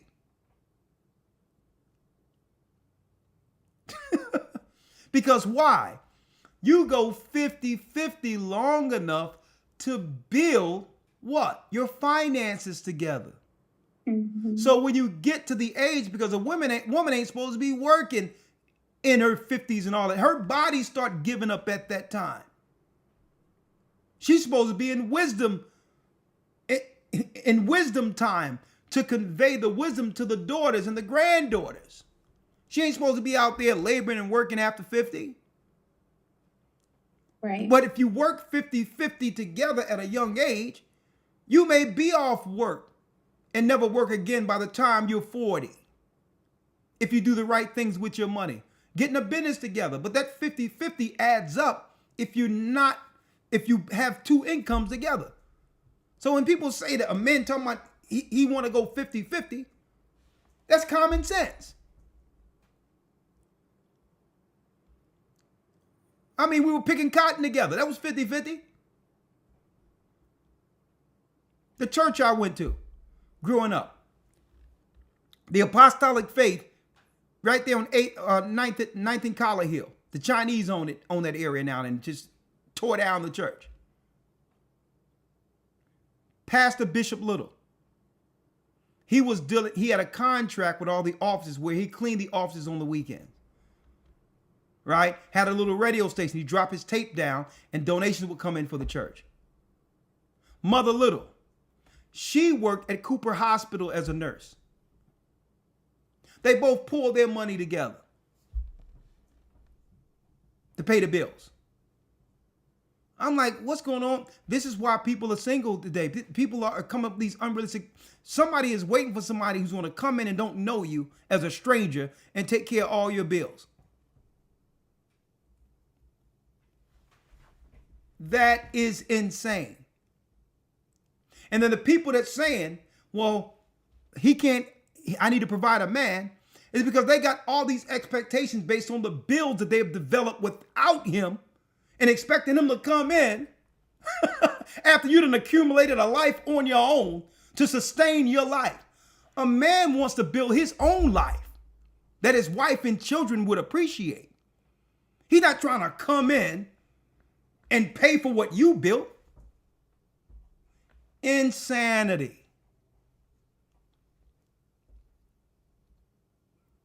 And I believe Tyler Perry is behind a lot of this nonsense, these unrealistic expectations women are seeing right now with these crazy movies. You only find women that can achieve these things, folks, that they're talking about in Tyler Perry movies. It doesn't transfer to the real world. Thank you, sister. You have the last word. That's all I had to say. I thank you for bringing out this lesson. I appreciate the work that you all do. Thank you. You're welcome. And hey, I'd say congratulations to your parents. They've raised a very virtuous and feminine daughter. It's good to know. And guess what? You give all of us hope for the future. Young lady. Bless you. All right. Stay away from those crazies with that blue hair over in those colleges. All right. Blue and purple hair and all that. I'm like, what's going on around here? But anyway. All right. Someone says, matter of fact, let me call these numbers real quick and get these out of the way. And then we'll conclude it and pick up this conversation.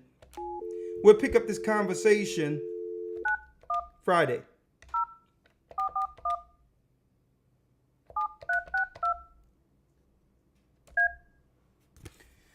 910 area code, I'm calling you in.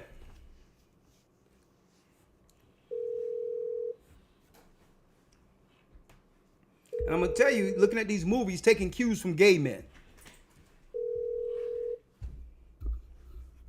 That's what they doing. Hello. Hey, Shalom, you wanted me to call you in? Yeah. 910, your name and your name and location. Uh, what do you mean call me in?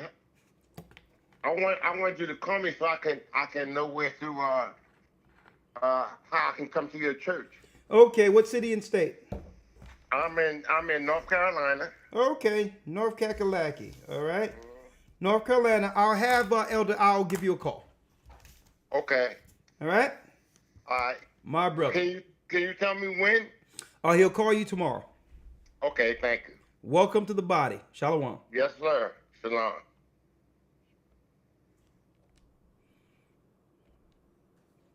All right, let's get the next one here.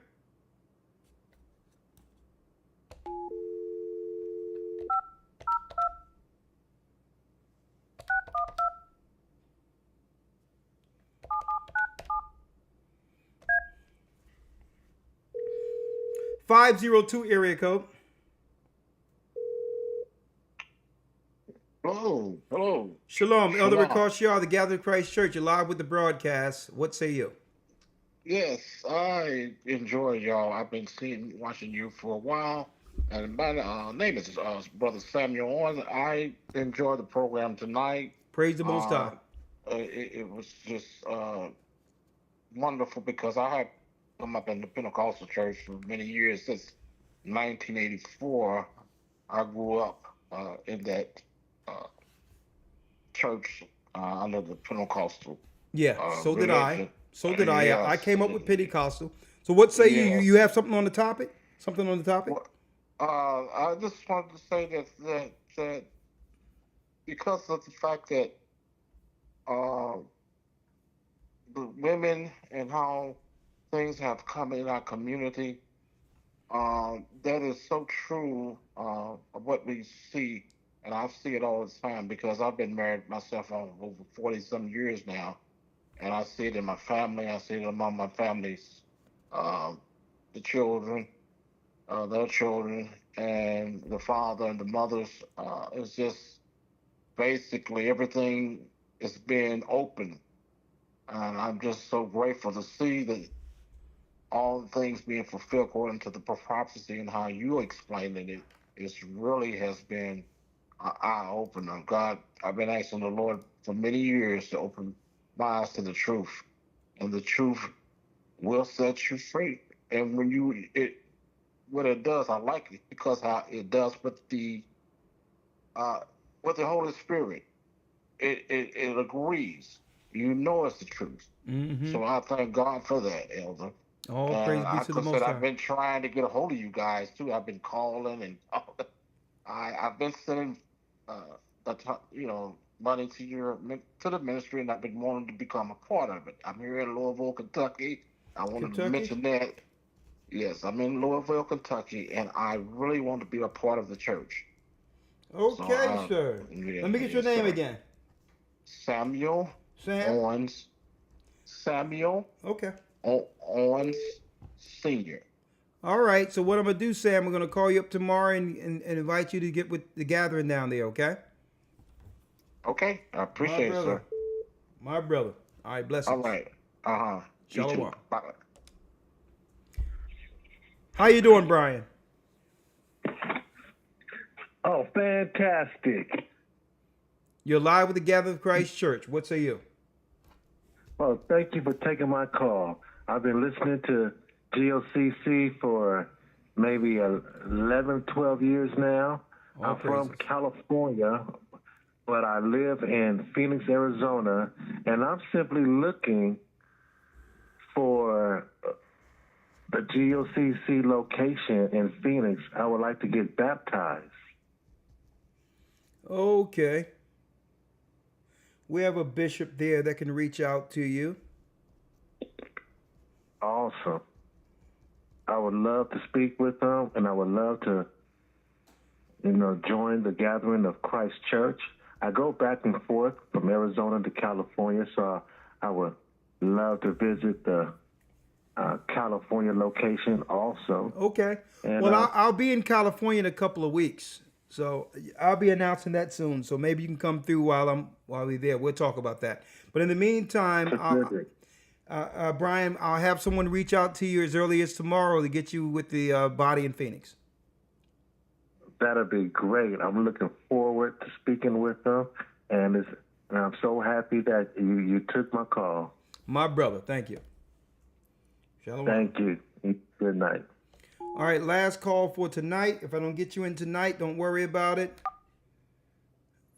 If I don't get you in tonight. Welcome to Verizon Wireless. If I don't get you in tonight, we'll just pick it up Friday.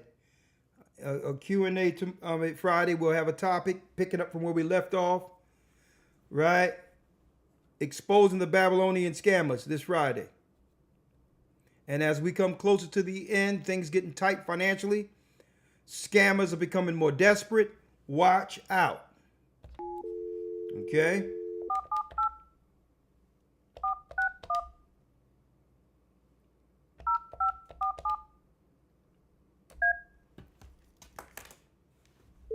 Telephone number 478 Oh, we ain't doing that. 610-547. Can't take your... All right, yeah, we ain't doing that. All right. How you doing, Sheldon? Last call for this evening. Elder, Blessings, talk to me. God bless you, bro. I have the same dilemma that the last gentleman that spoke to you about. I've been following you for a year. I live in Brooklyn. I just want to join, and you know what I'm saying, and enlighten myself with Brooklyn, yeah, and all this knowledge you're giving, elders. I don't need to meet you personally, but that would be a plus. But if not, if you could just line me up to Brooklyn so I could get me a body and get me, you know. Well, I'll tell you what, Sheldon, there's a blessed young man, very knowledgeable man, Bishop Shamal over there in New York. I'm going to text him your number right now. Right. Yeah, we're putting a research team together. I'm going to follow up with him on. It's going to be a great research team. I got to talk to him about, and it's going to make it where we can dive even further into some of these topics going forward. Very learned young man. Right, so he'll be reaching out to you. Okay, Bishop Shamal will be calling. Thank you, Elder. You have a blessed, bless you. Evening.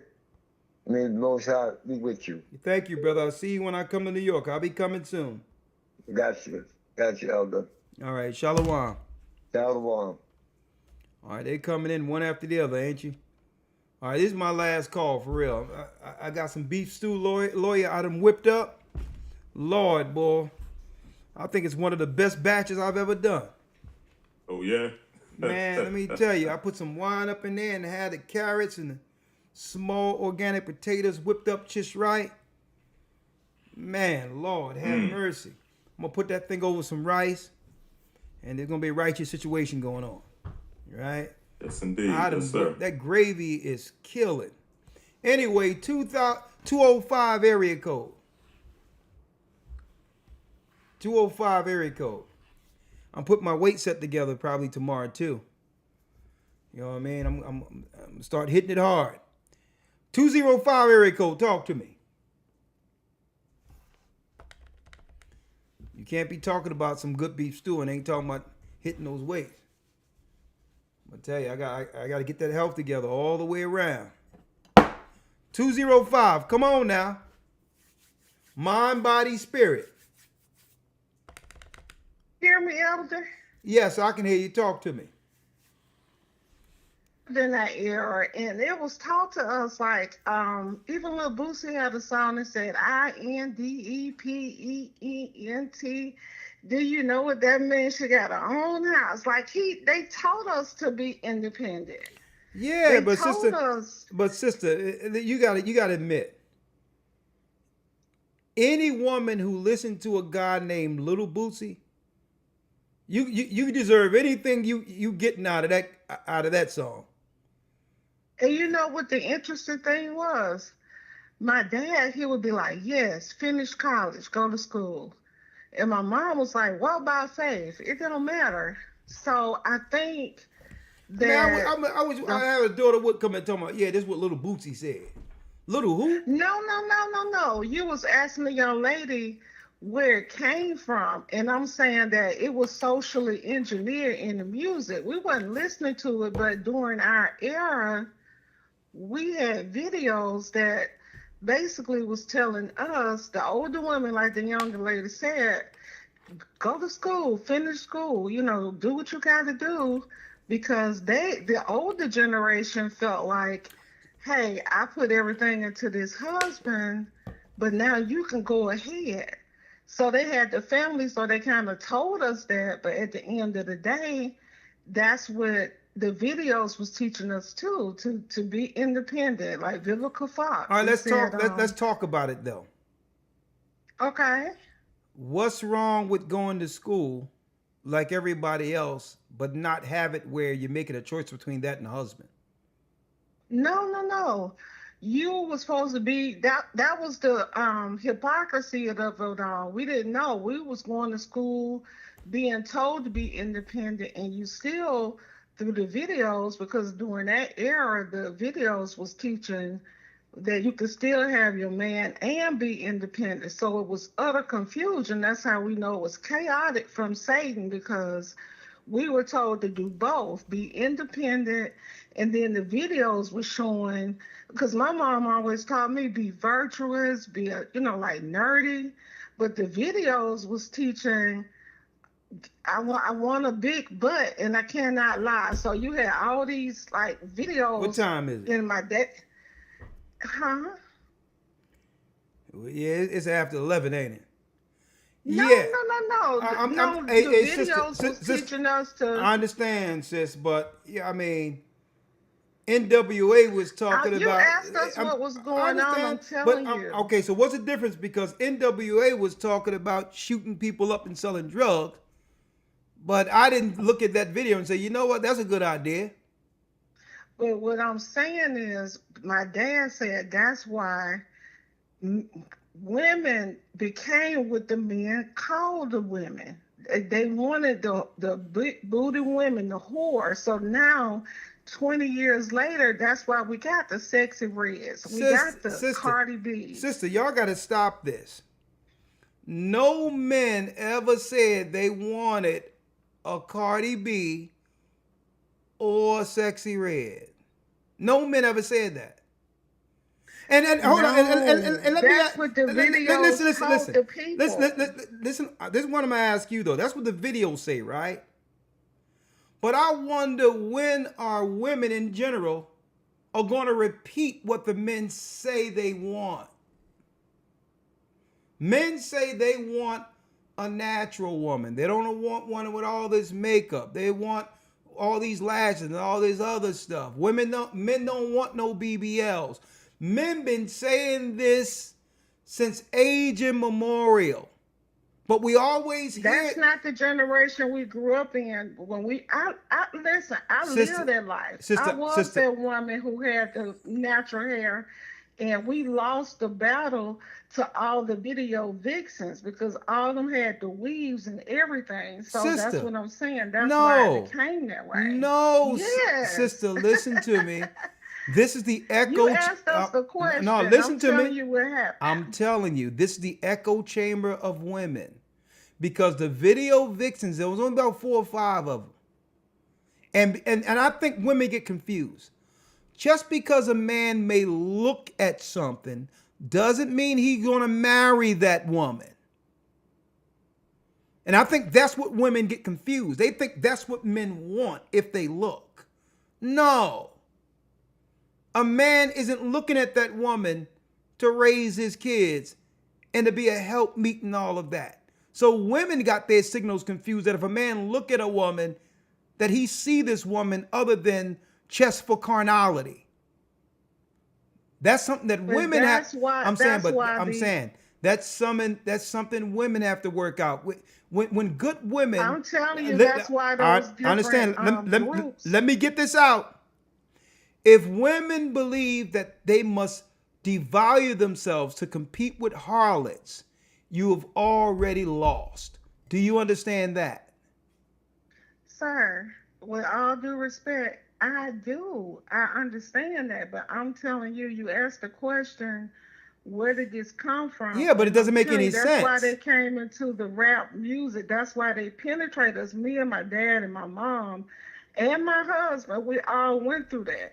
Because during that generation, all the guys were street guys. That's what, when you was a nerdy guy, you was tossed to the side. If you was a nerdy woman, you were tossed to the side. So then By we who? started changing by the mass media people. That's why they penetrated that generation with that. That's why they put all those videos out there, the Vivica Foxes and the Halle Berrys, Okay, everybody being okay, okay, okay, independent woman. okay. Let's slow up real quick. You think how you? Let's look at both of the two examples you gave. Is Vivica Fox and Halle Berry? Is that a happy ending any woman want to aspire to right now? If anything, they can look at those two and be like, you know what? I'm going to do the exact opposite of those two women. Because guess Yeah, that's what? the aftermath. But during the 90s, that's who were looked at beauty. Everybody idolized them. You looking back now, Elder, with all due respect, you looking back now, hindsight 2020. But growing up in that era, that's what they taught us. And that's why me and my mom, my dad, and all this would sit down, because that was the whole Okay. conflict All within the right. family. One parent would tell you to do one Okay. thing, but then your mom would say, "Hey, I'm proud of you. Going to get your education," because the whole thing was they gave us the impression that they were unhappy and they were kind of stuck. So it's like, get your Okay. education. Okay. So mothers encourage their daughters into a life that would lead to utter misery while they had the opportunity to have a man all their life to take care of them. But this was the issue, because when you would give everything to your man, they would cheat on you. So that was the whole problem. No, but hold up, let's stick back because you keep moving. Let's talk about this because I think you hit something on the head. So she took her pain, her trauma, and transferred it to you. Women were transferring their trauma to other women when you should be free to make your own choices like she did. Isn't that unfair of her to put that on her own daughter?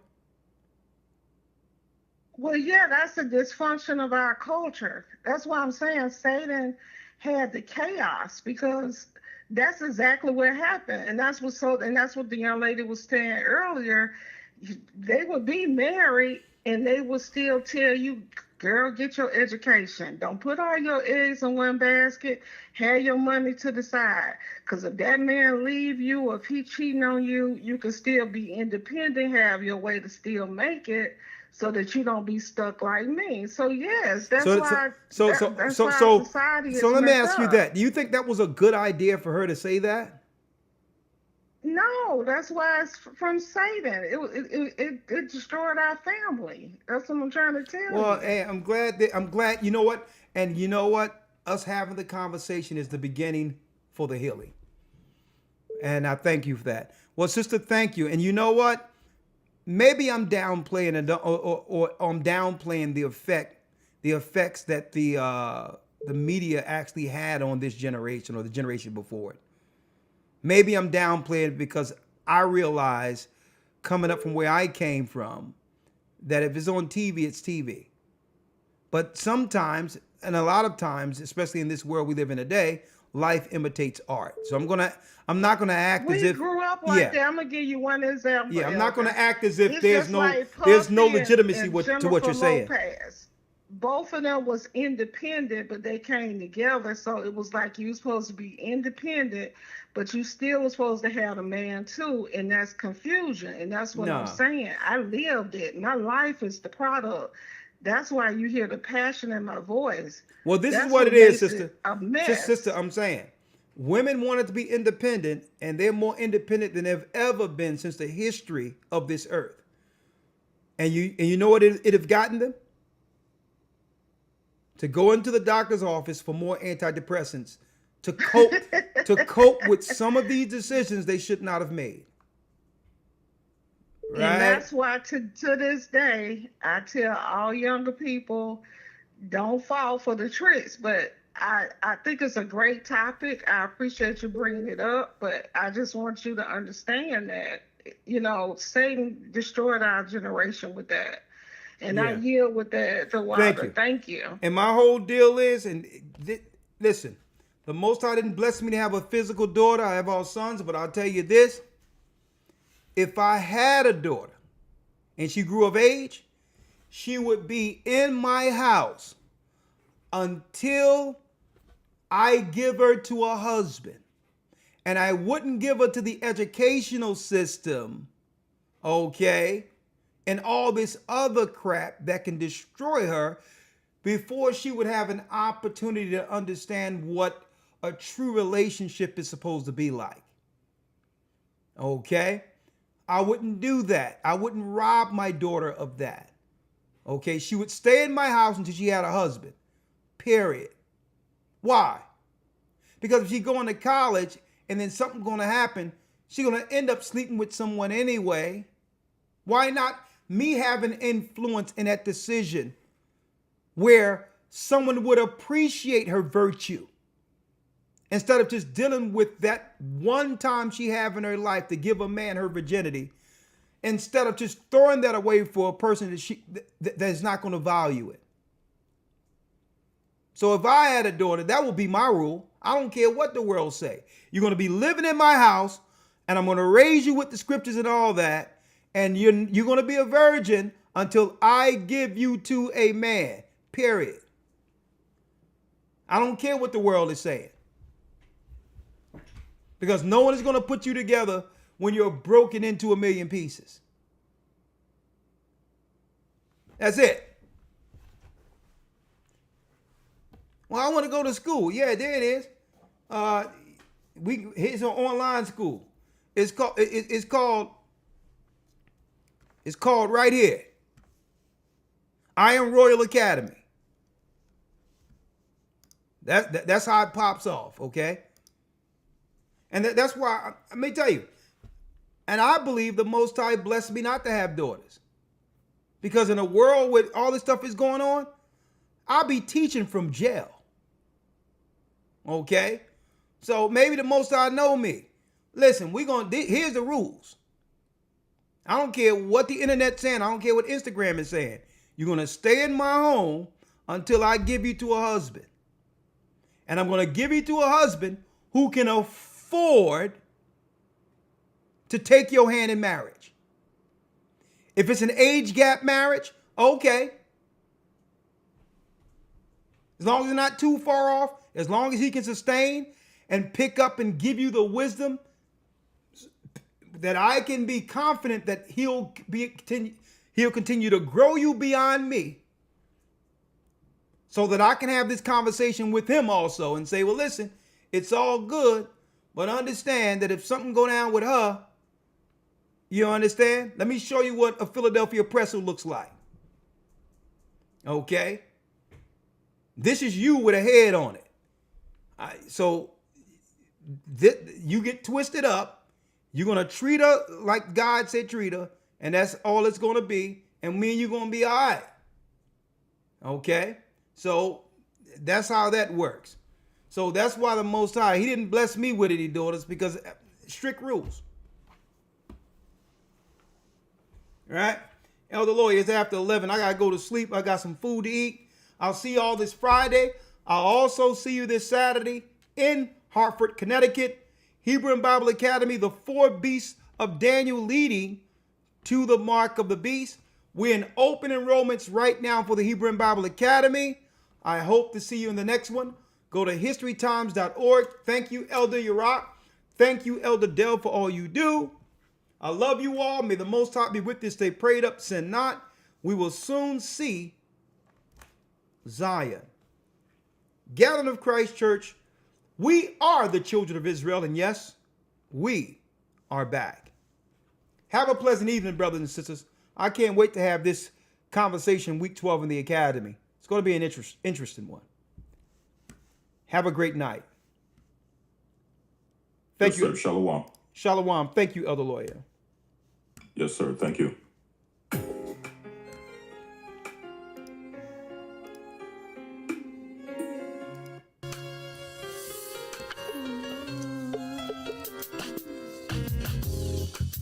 The East is where we're from. The 12 tribes of Israel. And 720.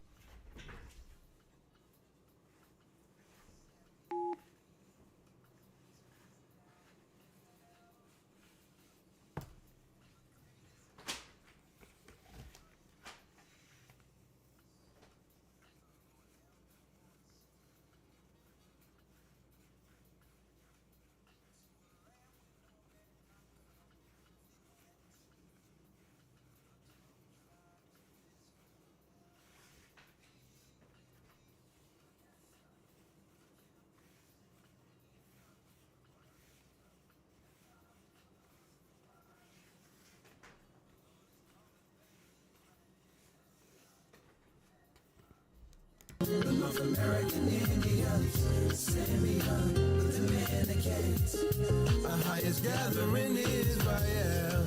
The Arabs and Africans told us at gunpoint. Together our wives and children then sold us. In the belly of these great ships we traveled in fear. By the rivers of Babylon we found our brothers here. Asher in Colombia, Reuben from Australia, Issachar, the Mexicans, our highest gathering is right here. The Negroes, Benjamin, the West Indians, Levi, the Haitians, our highest gathering is right here.